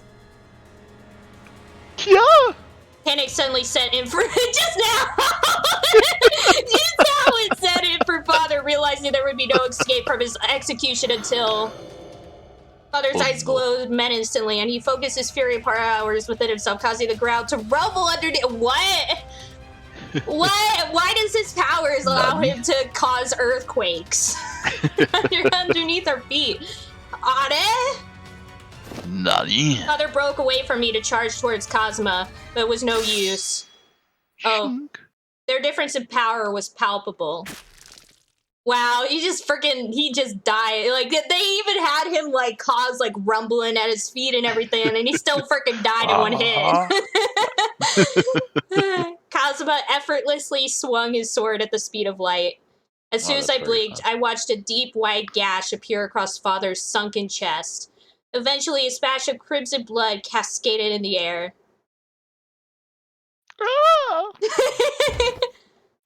Father desperately cried in agony, dropping lifelessly to the floor, limp as a stone.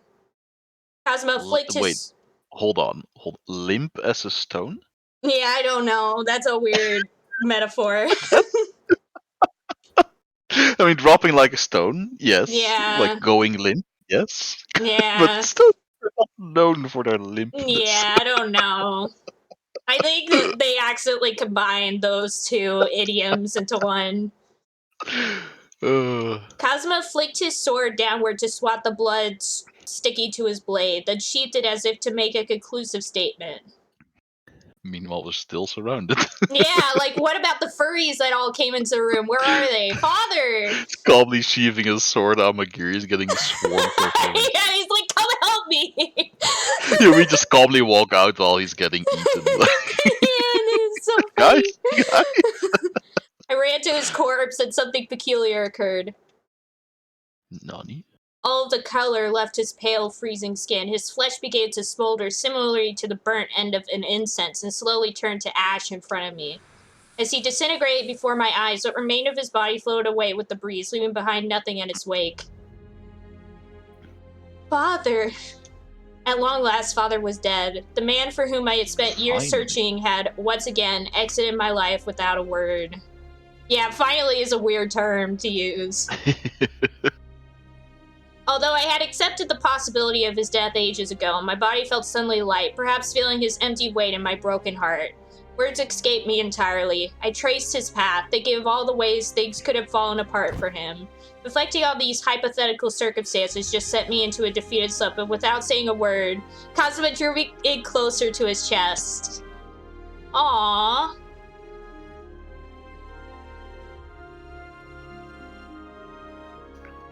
Kazuma. I couldn't bear to look up at him. This is a good CG. I like this CG a lot. Nice. Whatever Kazuma had to say on the matter was an enigma to me, but for now I took solace in the comfort of his arms, because I don't think I could have stood by myself if I wanted to. What happened to Coward? Did you? What did I want to say? Kill him? The words wouldn't form in my mouth. I left a severe injury on him, but he escaped. However, since it was a wound inflicted by my demon slayer, it will take some time to heal. The tone of Kazuma's voice gave me the impression that he was trying to put me at ease, but I doubt that Kaoru would completely heal from a wound of that magnitude. However, that he attempted to show me kindness made all the difference in this vulnerable moment. Father truly was a wonderful man, truly. My heart felt so heavy that I barely noticed the tears sliding down my cheeks. He was a humble, generous man. He cared so much for his patients and always strived to better himself. And that's kind of the problem, right? Where I talked about this last time, but like sometimes the people who are that empathetic are the ones that kind of go crazy like this because they see so much trouble in the world that it kind of breaks them. Because there's only so much you can handle before it's like too much, you know? Yeah, if you want to be a doctor, you have to kill at least a little part of your empathy, otherwise you Yeah.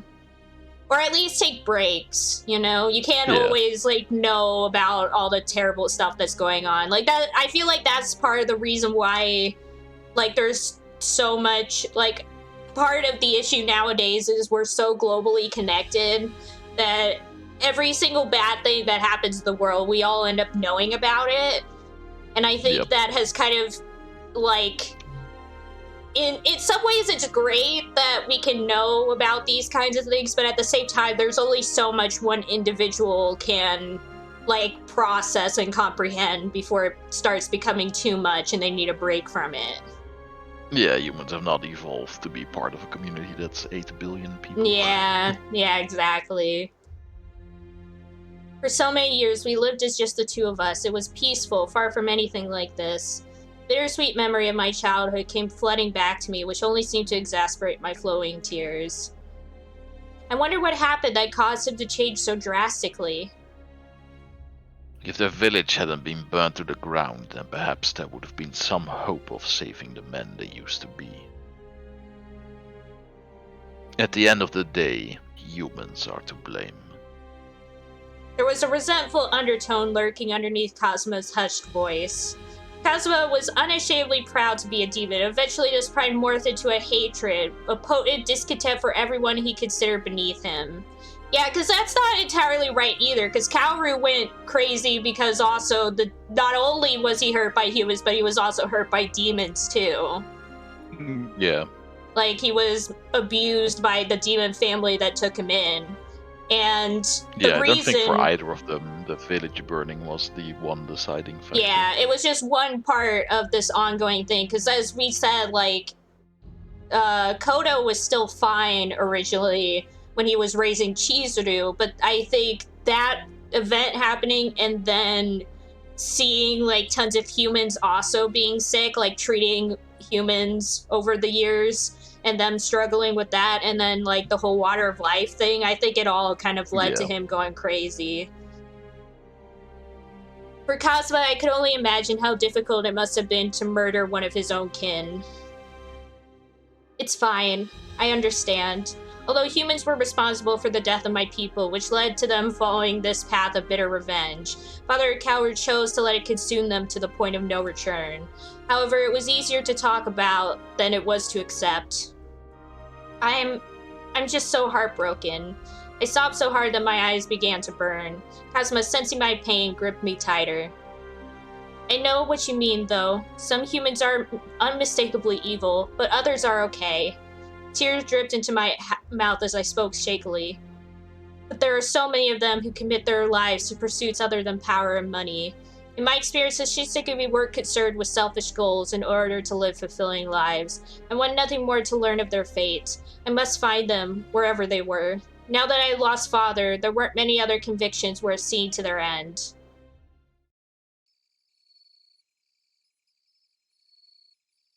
I like to imagine that during that entire scene, Amagiri was fighting in the background.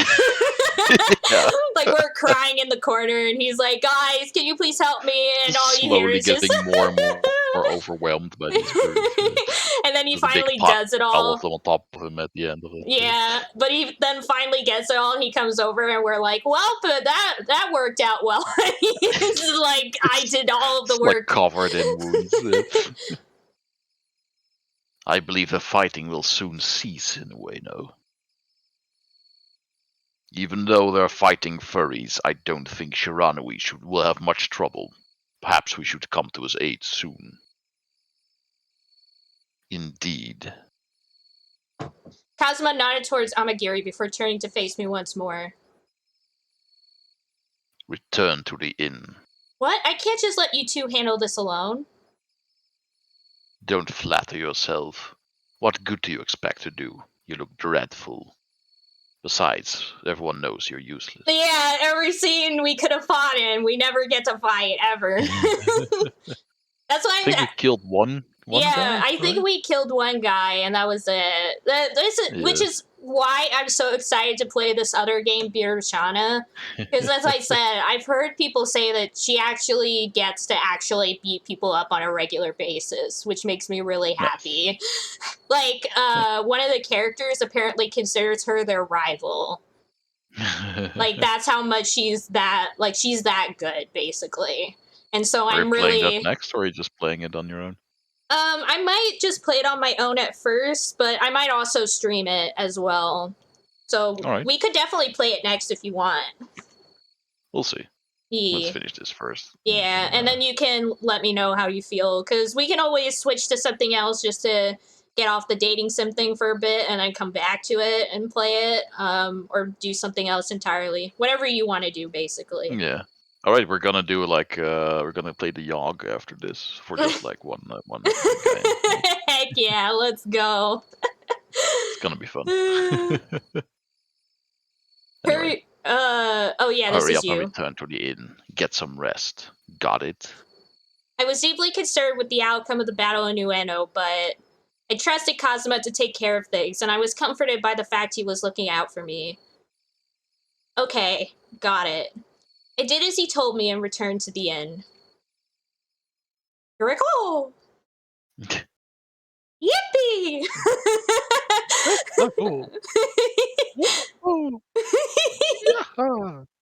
After hours of waiting, Kazuma finally returns, slinking into the inn with a reserved expression. Shiranui performed its duty and destroyed all the fakes. All of them, Jesus. Oh, yeah. If you sincerely wish to reunite with the Shinsengumi, then prepare your things at once. Oh, snap! This is exciting. It's them or me. He spoke curtly, leaving me with that as he exited my bedroom. The next day, I returned to my childhood home on the outskirts of Edo. As I snuck inside, my eyes were drawn to a chest full of father's belongings, including some of his old clothes and medical tools. I wanted to cry, but there was no time for tears. I grabbed an armful of my belongings and swiftly packed them into a satchel for safekeeping. I was startled by the creak of the front door. As I peeked my head out, I saw... Money.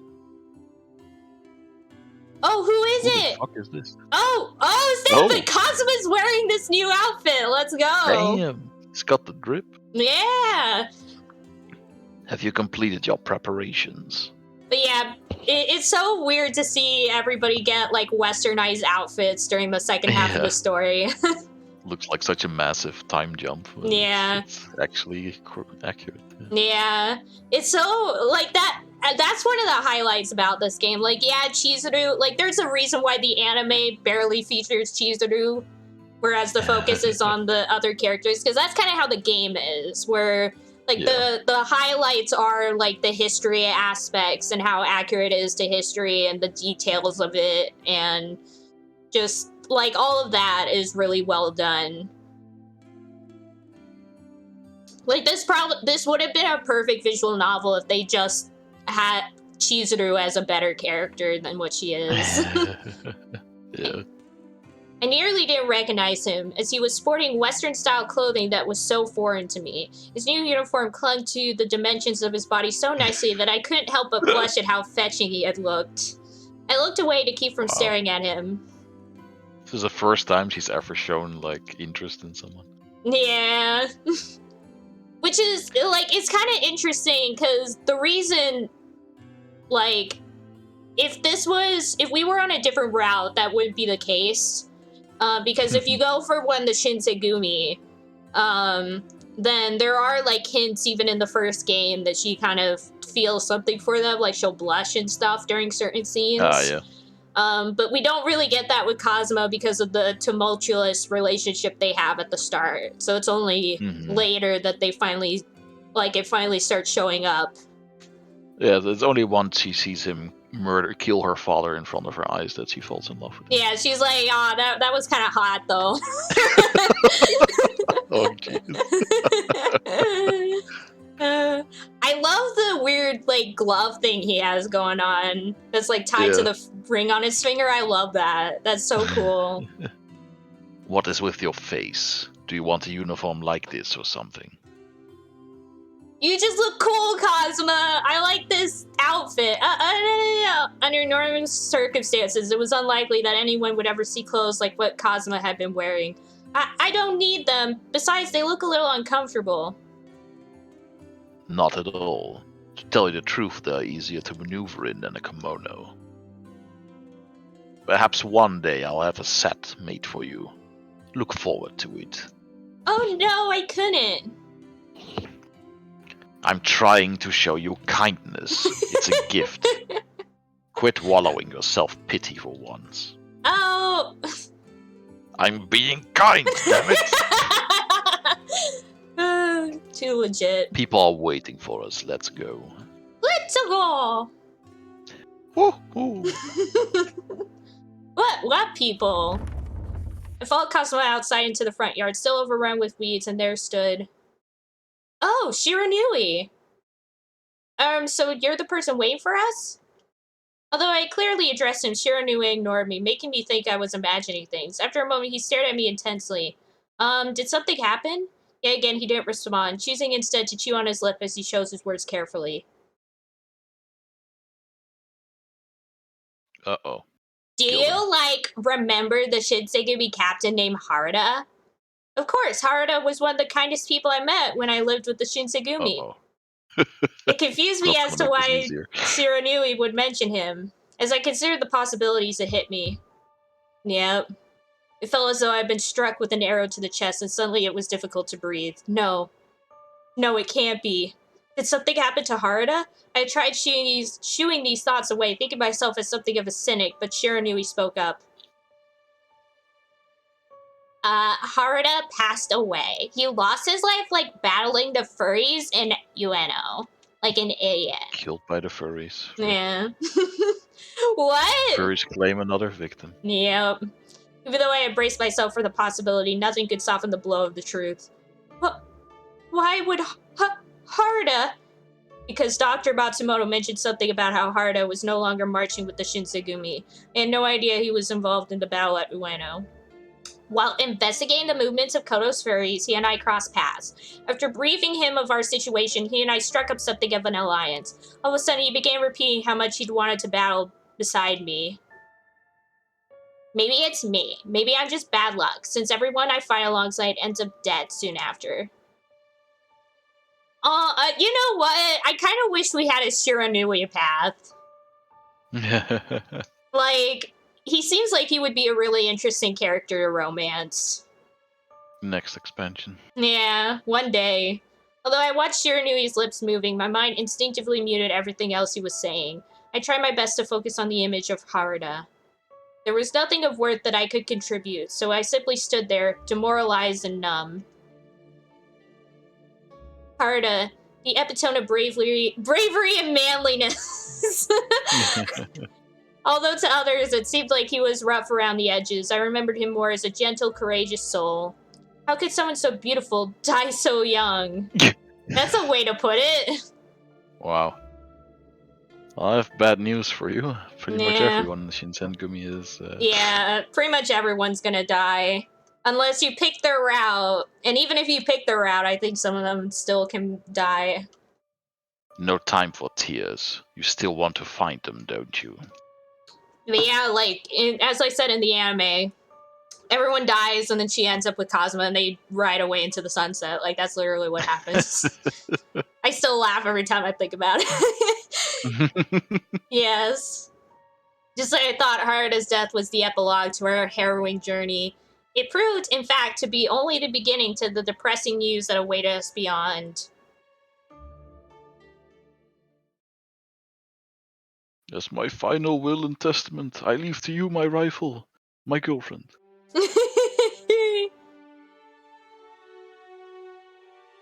Chapter 3. By the way, there's only 4 chapters. Alright. So we're more than halfway through. Summer was in full swing by the time we had reached Ushinomiya, a domain located between Nikko Kaido and Oshu Kaido. After the Battle of Toba Fushimi, it defected to the Imperial Army. Snap. No, that made sense to me, but we'll pretend to understand it. Yep. Originally, Ushinomiya Castle was considered a stronghold for former shogunate soldiers who were forcibly driven from Edo, but the Imperial Army laid a quick siege to the fortress and usurped control of it without much opposition. By the time we arrived, the castle hadn't recovered from the waves of cannon fire that ravaged its exterior, which told us everything we needed to know. Shogunate is pretty, they don't have stand a fucking chance in this war, I think. Yeah. I mean, that's kind of like the whole idea about the story is that it's kind of doomed from the start. You kind of know like that. samurai sort of thing. Yeah. It's at that last moment between like old Japan and modern Japan, basically. The transitional period. Because basically. Bad news. Should it wait until later? Basically, at this point. Well, no, it's fine. Basically, at this point, weaponry had become so different outside of Japan that when it's brought over, like, people in Japan that are still using weaponry from the old days have no chance against the new weaponry. Yeah. Kazuma. My heart was still reeling from Shiranui's revelation that Hara had died in Ueno. At first, I wasn't sure if I could bear to listen to another bit of terrible news, but I had to persevere. Please go on. As soon as I answered him, Kazuma tilted his head downwards and spoke quietly. After offering his terms of surrender, it appears Isami Kodo was tried and beheaded by the Imperial Army. No! Not Kondo! Kondo was the best. He was the best. Our Didn't deserve figurative father figure has died. No! Losing 2 deaths in 2 days. 2 Yeah. dads in 2 days. Yeah, Kondo, a paragon of benevolence and leadership. How tragic that he had been denied an honorable death by way of seppuku, and it broke my heart thinking that he was decapitated like some criminal. For a moment, I remained silent, softly turning these thoughts over in my head as Kazuma looked away. You can decide whether or not you believe it. No, I believe you. When Dr. Matsumoto notified me of Kondo's surrender, I considered this to be the worst-case scenario. I buried the thought somewhere, clinging to the thin hope that he would be rescued, or maybe they would show him mercy for his character. But hearing Kazuma say it, having it become real through his curt, impersonal words, was a devastating blow at a time when I was reaching my limit. So, what does it mean for the Shinsengumi now? Kondo proudly served as the Shinsegumi's chief, and without him I wondered how they would adapt now that they had been put under the microscope. After being humiliated, per usual, at Utsunomiya, I hear them march towards the Aizu domain to continue fighting. Where does that leave you? This question seemed less interrogative and more interested in my feelings, which I appreciated. However, I figured he was intuitive enough to know that my opinion on the matter was unchanged, and I answered him resolutely. I looked him square in the eye. I'm going to Aizu too. I'm going to go wherever the Shinsengumi men are. Before they're all dead. Yeah. See at least one of them. Yeah. It would be funny if Okita was the last Shinsengumi alive just because he's not fighting. Yeah.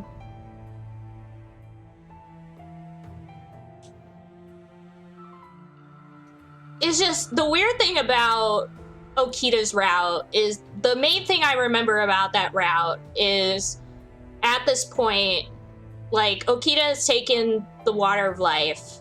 So he's living on borrowed time. Mm-hmm. And so the whole thing happens where you gotta run out into the forest heading to Edo. And so there's a lot of us running around in the forest. And then at some point we meet up with Hijikata, I feel like. I remember, and he tells us about the battle that's going on in the city that we saw from far away in this route as well. And then at some point we head to Dad's house where he ends up trying to help Okita find a cure for the water of life, since it's actually causing him to die faster. Right. And at some point we face off against Kaoru and beat him or something. And then at the end I just remember with everything resolved and him back to normal, they're laying on a field of grass, and they're yeah, we're gonna spend the rest of our short time together, and then that's it. Kazuma smirked, and together he and I set off on another expedition north to locate the Shinsengumi. En route to Aizu, it caught our notice that many other travelers were wearing Western clothing, and Kazuma and I feared my kimono would attract suspicion. Thus, I was forced to wear a different disguise, one curated by Kazuma and the clothes he had made for me. As I acquainted myself with these new foreign clothes, the summer faded into September 1868. After a long and encompassing journey, Kazuma and I set foot in Aizu, gazing at the peripheral view of its vast, deciduous landscape. Tensions boiled under the surface in anticipation. Deciduous. Yeah. Interesting word. Surface in anticipation of the upcoming battles, particularly in the small settlements and villages surrounding the area of Shirakawa, a powerful domain located between the Oshu region, once governed by one of the Tokugawa's hereditary daimyo. Following the Boshin War, it became a hotly contested landholding.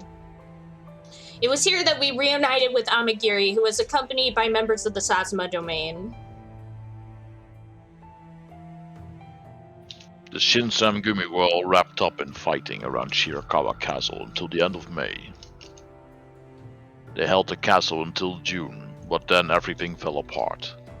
They tried a couple more times to retake the castle, but things didn't quite go as planned. Just as I had foretold. Those idiots would have no strategy if you loaded it into a cannon and fired it at them. Sheer will is useless. After being dealt another crushing wave of defeats, the Aizu soldiers began retreating back to Aizu Castle. To my knowledge, their plan was to fortify the castle and hold it for months on end in hopes of exhausting the Imperial Army into leaving them be. Is that where the Shinsengumi is headed then? One would assume. Although the stakes were dangerous, I was driven by the pipe dream of going to visit them. Aizu is on the verge of collapse. All they've got left is Aizu Castle. Alright, what do you want now? Over 6 months had passed since I was separated from the Shinsengumi in Kyoto. My search for them led me all over the country, from Osaka, Edo, and now Utsunomiya. By the time I arrived at whatever location I thought they'd be, however, they were already marching to the scene of their next battle. Chasing them was proving to be a useless endeavor, like trying to grasp smoke from your hands, and each time they were narrowly out of reach. Would our reunion actually ever happen? Or would each of them succumb to a fate similar to Kondo or Haruda's before I saw them? I was becoming gripped with a mixture of fear and anxiety, which prompted me to speak up. I would like to head for Aizu Castle. I am unamused by your poor attempt at humor. If you're being serious, then I'm even less amused. Wow, jeez, dude. Yeah. Thought he was warming up to it. Yeah. Are you this stupid, or have you been living under a rock while the country runs itself into the ground? Aizu Castle is swarming with Imperial scum, and very, very soon there'll be nothing left of it. I understand, but that's the only lead we have about where the Shinsengumi could be. I missed them 3 times in a row, and I don't know if I could stomach never seeing them again. I don't know if I'll ever be able to... I halted myself, biting my tongue to keep from contemplating the worst. Kazuma's expression, however, was as aloof as ever. Let's suppose they are, in fact, at Aizu Castle. What the hell do you expect you're going to do if you make it there? Waltz on in? Any ideas? Well... Allow me to illuminate you, naive girl. You will be killed, and you're an idiot if you think otherwise. But I'm not trying to do anything once I get there. I didn't need Kazuma's sharp criticism, nor had I expected to come and rescue the Shinsengumi. I just needed him to understand how I felt. I want to see everyone while I still can. I don't know if I could bear the thought of never seeing them again before something happened to them like Kondo or Haruda. What, you're willing to get yourself killed for the mere possibility of seeing them? I'm not going to let them kill me. Mind telling me what you know that I do not? In case you are unaware, Kondo's been executed, and his head is currently on display at Sanjogawara. Wow! A location in which the heads of beheaded criminals are publicly displayed as an act of shame! What the frick? I've never heard about this at all. That's crazy. And there's Then there's Harada, who was ripped to shreds at Ueno. No one's patting him on the back for dying like a wounded animal.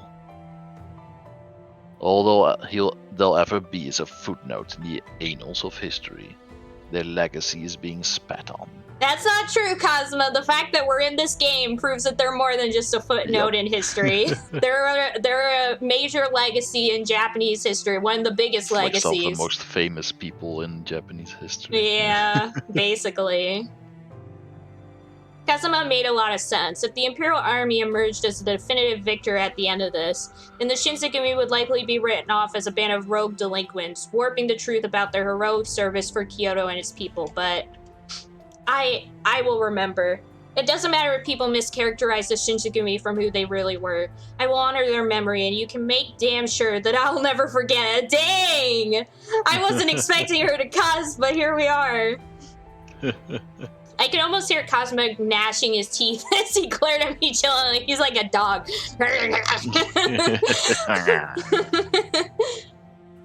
Oh no. Oh my god, Cosmo! Shut up! We have to say that? I knew women were whimsied by delusion, but you're sitting at the top of the pile. Very well, do what makes you happy. An awkward tension lingered in the space of our conversation, making me unsure if Kazuma was upset or just frustrated by my unwillingness to cooperate. His eyes were like daggers sinking into my forehead. I could barely speak, let alone breathe. All right, you two, let's simmer down. What is the point in arguing? How unlike you, Kazuma. You normally keep your cool around women. Maybe I'd keep my cool if she wasn't such an idiot. This decision is pointless, or this discussion is pointless. I have other things that require my attention. I'm taking my leave. Kazuma's biting. Yeah, he's like going to sleep. He's like, the things that require my attention is a good place to sleep. Kazuma's biting tone left me feeling so uncomfortable. He spun around on his heel and walked away from us without another word. I contemplated calling his name to clear the air, but instead I bit my lips, too nervous to take any action. I have manga to read. Yeah. You should go after him. Huh? Kazuma's a real sourpuss, but he's not the type of man that would let something frustrate him enough to walk off like that. I wasn't following what Amagiri was trying to convey. Nonetheless, he continued on in an admonishing tone. I get you're racing against the clock to see your friends right now, but it's not as though you're in any position to reach Iso Castle alone. You know that, don't you? Yes. Besides, it's like you said, we have no idea or guarantee that the Shinsengumi men will still be at Izu Castle by the time we get there. I'll do what I can to investigate their whereabouts for the time being. For now, why don't you speak with Kazuma? Amagiri, thank you so much. No need. I'm simply doing my duty. With that said, Amagiri bowed his head and vanished like mist into thin air. Oh shoot, cool demon powers. I turned my head in all directions, looking to see where Kazuma had run off to, but by the time I found him, the sun was setting into a warm pool of orange in the horizon. Kazuma. I timidly called out to him. It's a nice background art. Yeah. He turned his head to gaze at me, but he paid me no mind and continued walking at him. He's being like a child. Like, I'm gonna not even look at you. Where are you going? If you insist on joining me, then shut your mouth and keep up. You'll understand when we arrive. But I sprang up to where he had been walking so that we could have an open discussion, but he seemed unwilling to entertain any such thing. I peeked at him confusedly, and I was struck with the most peculiar feeling of deja vu. Huh? A row of trees loomed over the forested path, and its neat arrangement reminded me of a welcoming ceremony. My nose tingled with the most familiar scents. A fragrant patch of morning glories dotted the lush meadows surrounding the trail. My body was trying to tell me something, consuming me with a sense of yearning.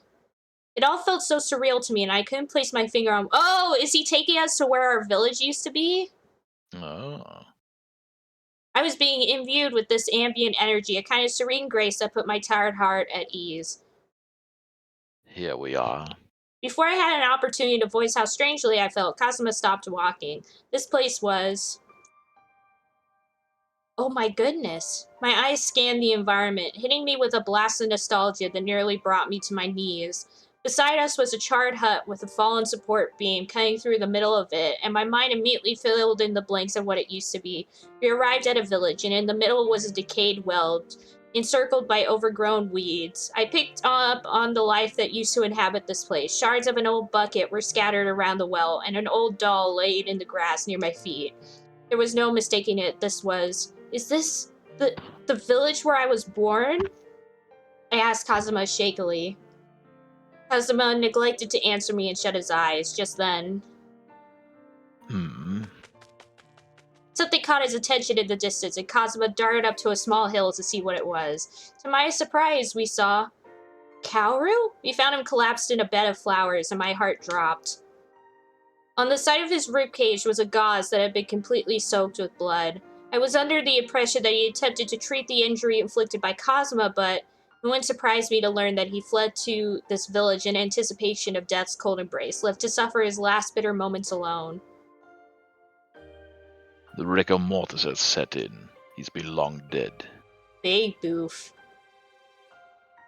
I took comfort at least in the fact that his expression seemed rather peaceful. Part of me almost believed that after the evening passed, he'd wake up to greet the morning dawn, and we would talk about everything that happened. Just then, a flashback hit me like a speeding bullet. It was from years ago, back when he and I lived in the seclusion of Yukimura village.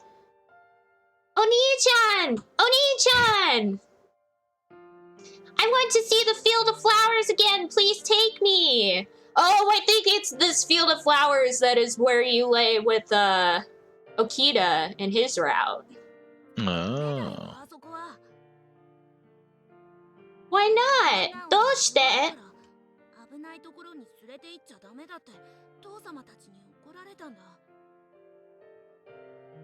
But I was fine. Did you tell them? Chizuru doesn't need help.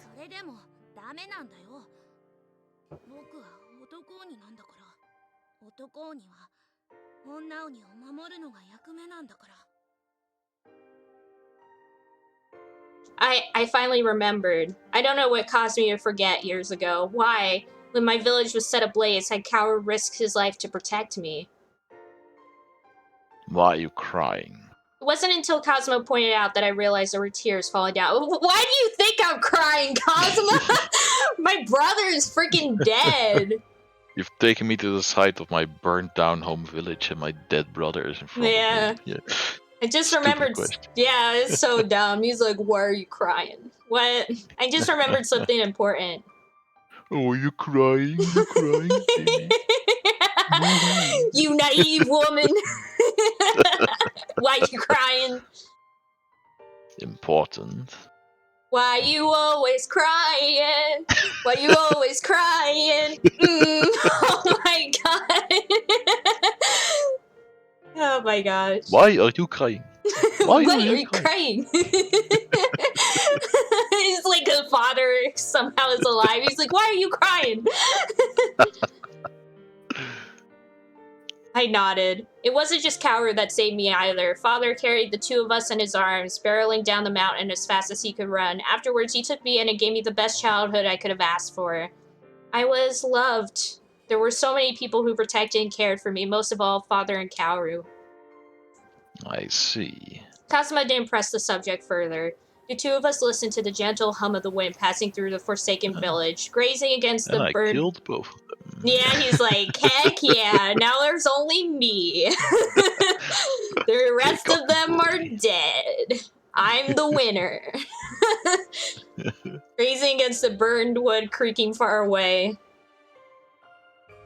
Your brother deserves to be buried. A grave befitting the head of a Yukimura clan. Aww. This is one of the most nice things he's ever done. Yep. Together, we hiked to the highest peak of the hill that overlooked the rest of the village, and it was here that we buried Kaoru's remains. Kazuma kept his eyes fixated on the grave for a few minutes after we finished patting the dirt, and eventually he reached for the canteen hanging on the side of his belt and poured it gently on top of the grave. I peed in that earlier. He just starts spitting on the grave. The sake reflected the glimmering moonlight as it fell from the canteen, seeping deep into the soil.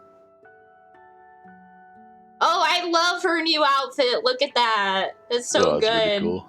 I want to wear that outfit. It's a cool outfit. Kazuma was expressionless, watching the alcohol drip from his bottle towards his feet. His eyes glowed with melancholy, and I wondered to myself if Kazuma was regretful about how things transpired between the two of them. If it weren't for the humans, then I'm certain your brother would have made for a fine leader. His sentiment was so heavy, it seemed like the both of us were learning how to navigate the nuance of our grief together, but for this, I was appreciative. If it weren't for the humans. It was a lofty question, one I would likely ponder for the remainder of my life. Things could have manifested so differently for Kaoru and Father. At the very least, they could have made an impact on their people, unburdened by the curse of vengeance that unfairly plagued the rest of their short lives. Kaoru originally mentioned something about wanting to use the furries to rebuild the remnants of the Yukimura clan, but I think in the end, all of it was a facade to mask the trauma inflicted by those wicked humans. In essence, Kaoru wanted to preserve the picture of this village and everything it stood for. Maybe, just maybe, he wanted to reclaim some of those memories that were viciously stripped from him. He was just a boy whose every step was met with tragic misfortune. He died just as he lived, alone. It was the only way I could explain the myth of Kaoru without slumping into depression. My wish was that his last moments were painless, that he had been able to reconcile his hatred as he laid in the meadow of the one place he loved.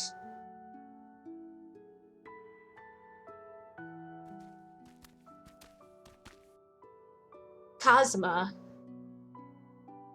What? I know that my father and Kaoru committed unforgivable crimes against humanity and our people, but even so, do you think it would be okay to remember them as gentle, kind people? Father's serum was catastrophic, responsible for the deaths of countless warriors and innocent people. For them to violate the natural order of demonhood and all that encompassed our sacred existence was a mark of condemnation to Kazuma and his kin. You're free to do as you please. As long as you marry me. Yeah! The demon's code has no bearing on matters of the heart. I mean, that's basically what he said. Yeah. Regardless of the sins they have committed, they are still your family. His words made me sigh in relief. Can I ask you one more question? Demons far surpass humans in strength and ability, don't they? How can you explain what happened? The males do, yes. Yeah, that's basically what he said. How can you explain what happened to my people? How were humans able to destroy my clan? Kazuma tilted his head, peering into my eyes inquisitively.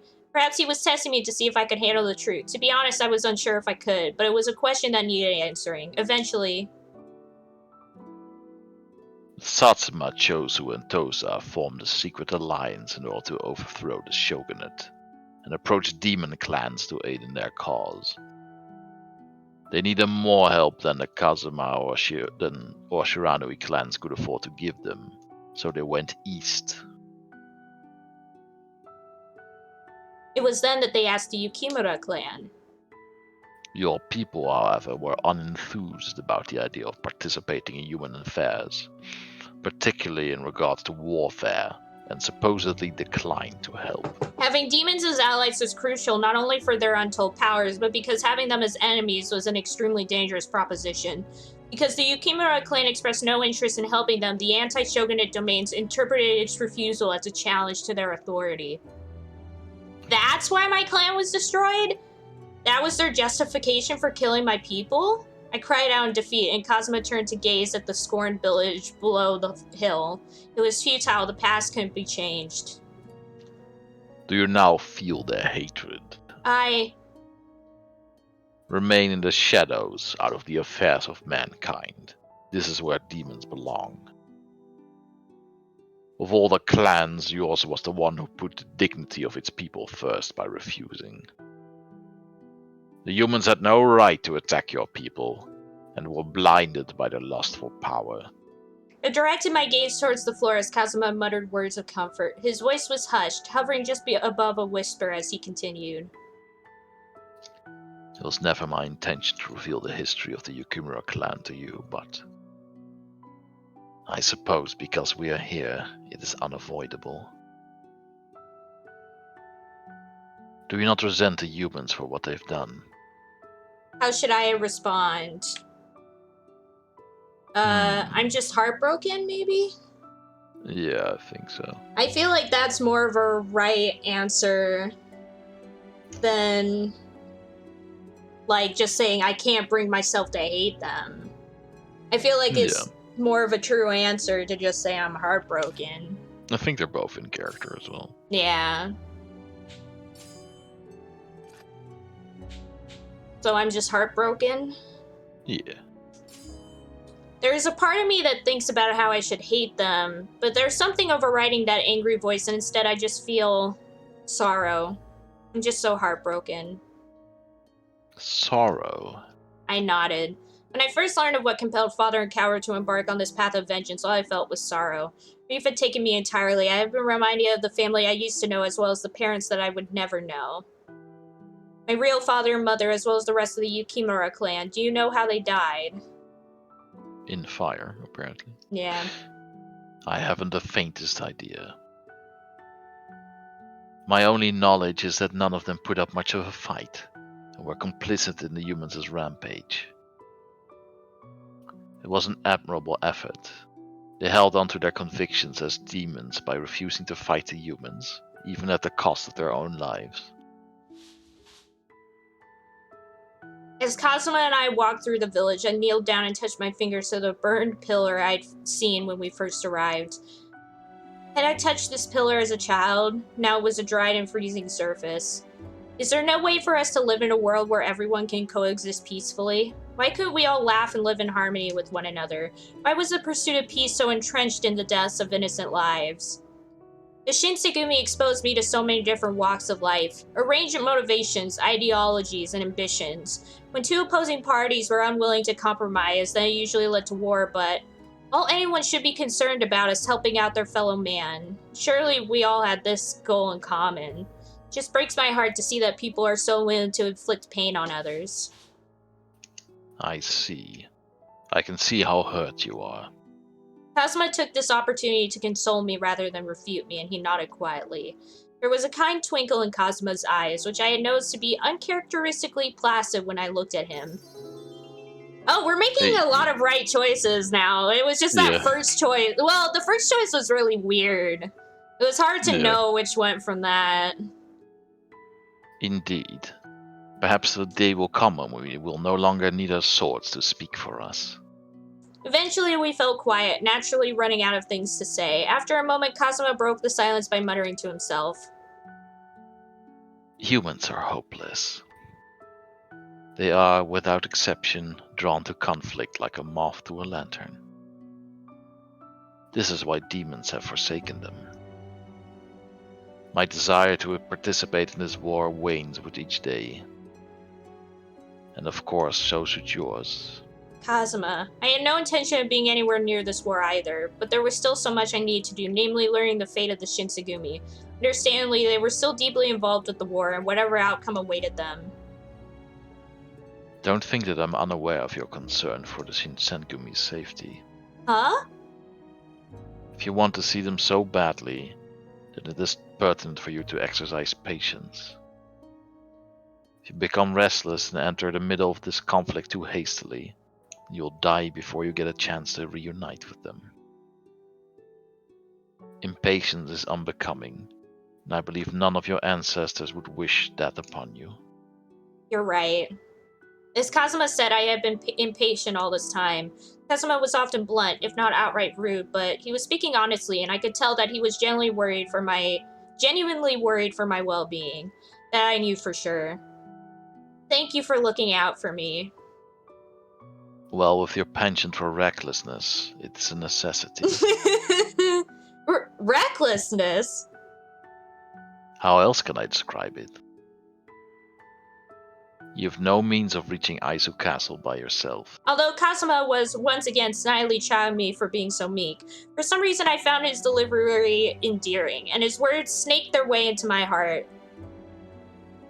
Amigiri said the same thing that you did, Kazuma. He said that we have no way of knowing whether or not the Shinsengumi will still be at Aizu Castle by the time we arrive, so I should wait. So for now, I guess I will wait until we know for sure. Kazuma scanned me, his eyes thinning with satisfaction. Glad to see you have wisened up by taking my advice to heart. Now we took Amagiri's advice instead. I only listen to people that are not you. Yeah. Oh no. Oh my Ruining god! it, Kazuma. Punch.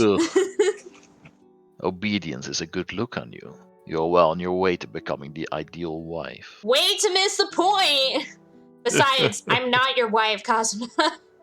After scoffing at Kazuma's suggestion, I turned to get one last glimpse of the immaculate scenery around us. All I'd wanted was to reunite with the men of the Shinsengumi, but even more so, I couldn't bear the thought of letting the deaths of my paternal parents, father and coward, be in vain by wasting my life so wantonly. I had to make absolutely sure to pick and choose my battles, as Kazuma put it wisely. As Kazuma and I left the village, I put the image of the charred ruins behind me, instead carried the resolve to honor my people and their sacrifice. Hello, Owen. Hi, Owen. Welcome to the stream. How's it going? I love ya. Hope you're doing Just well. in time for the end. Yeah. So I'm gonna head off. Seems like a good point. Okie dokie. I think we're getting pretty close to the end, so maybe next time will be the last episode. Maybe. We'll see. But Alrighty. yeah, thanks for hanging out as usual, Rolf. You're the best. No, you. Get some good rest and make sure to drink plenty of water and take care Will of do. yourself. And yeah, thanks for hanging out You as have a nice usual. day. I love you very much. Yeah, you too. See ya. Oh boy. Okay, making sure that I have everything all set up for that. So yeah, I think we're gonna... Oh shoot. Good thing I saved there.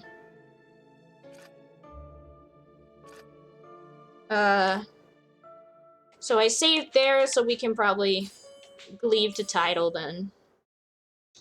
But yeah, thank you guys again as usual for joining me another episode of Hakuoki Edo Blossoms. I'm pretty sure we'll be ending the game soon. I remember there's only like 4 chapters, and we're like in the middle of chapter 3, probably getting close to the end of it, and then there's only chapter 4, and then there's the ending, and then we'll be done, which is crazy. Then we'll move on to something else. I haven't decided what that something else is. It'll be whatever Rolf wants to do. We can always do something in between dating sims, so we're not just doing dating sims, or things like that. But I am going to be playing, probably since tonight, some Birushana on my own, which is a game that kind of has some similar vibes to this, but actually has a main heroine that can actually do some stuff, which is great. But we'll see how that goes. It depends on how my playthrough of it goes, whether I want to do a full thing or not. But anyways, sorry again to Owen that I'm ending at the moment, but thank you for hanging out. And yeah, next, I'll probably be making the poll for the stream next Saturday,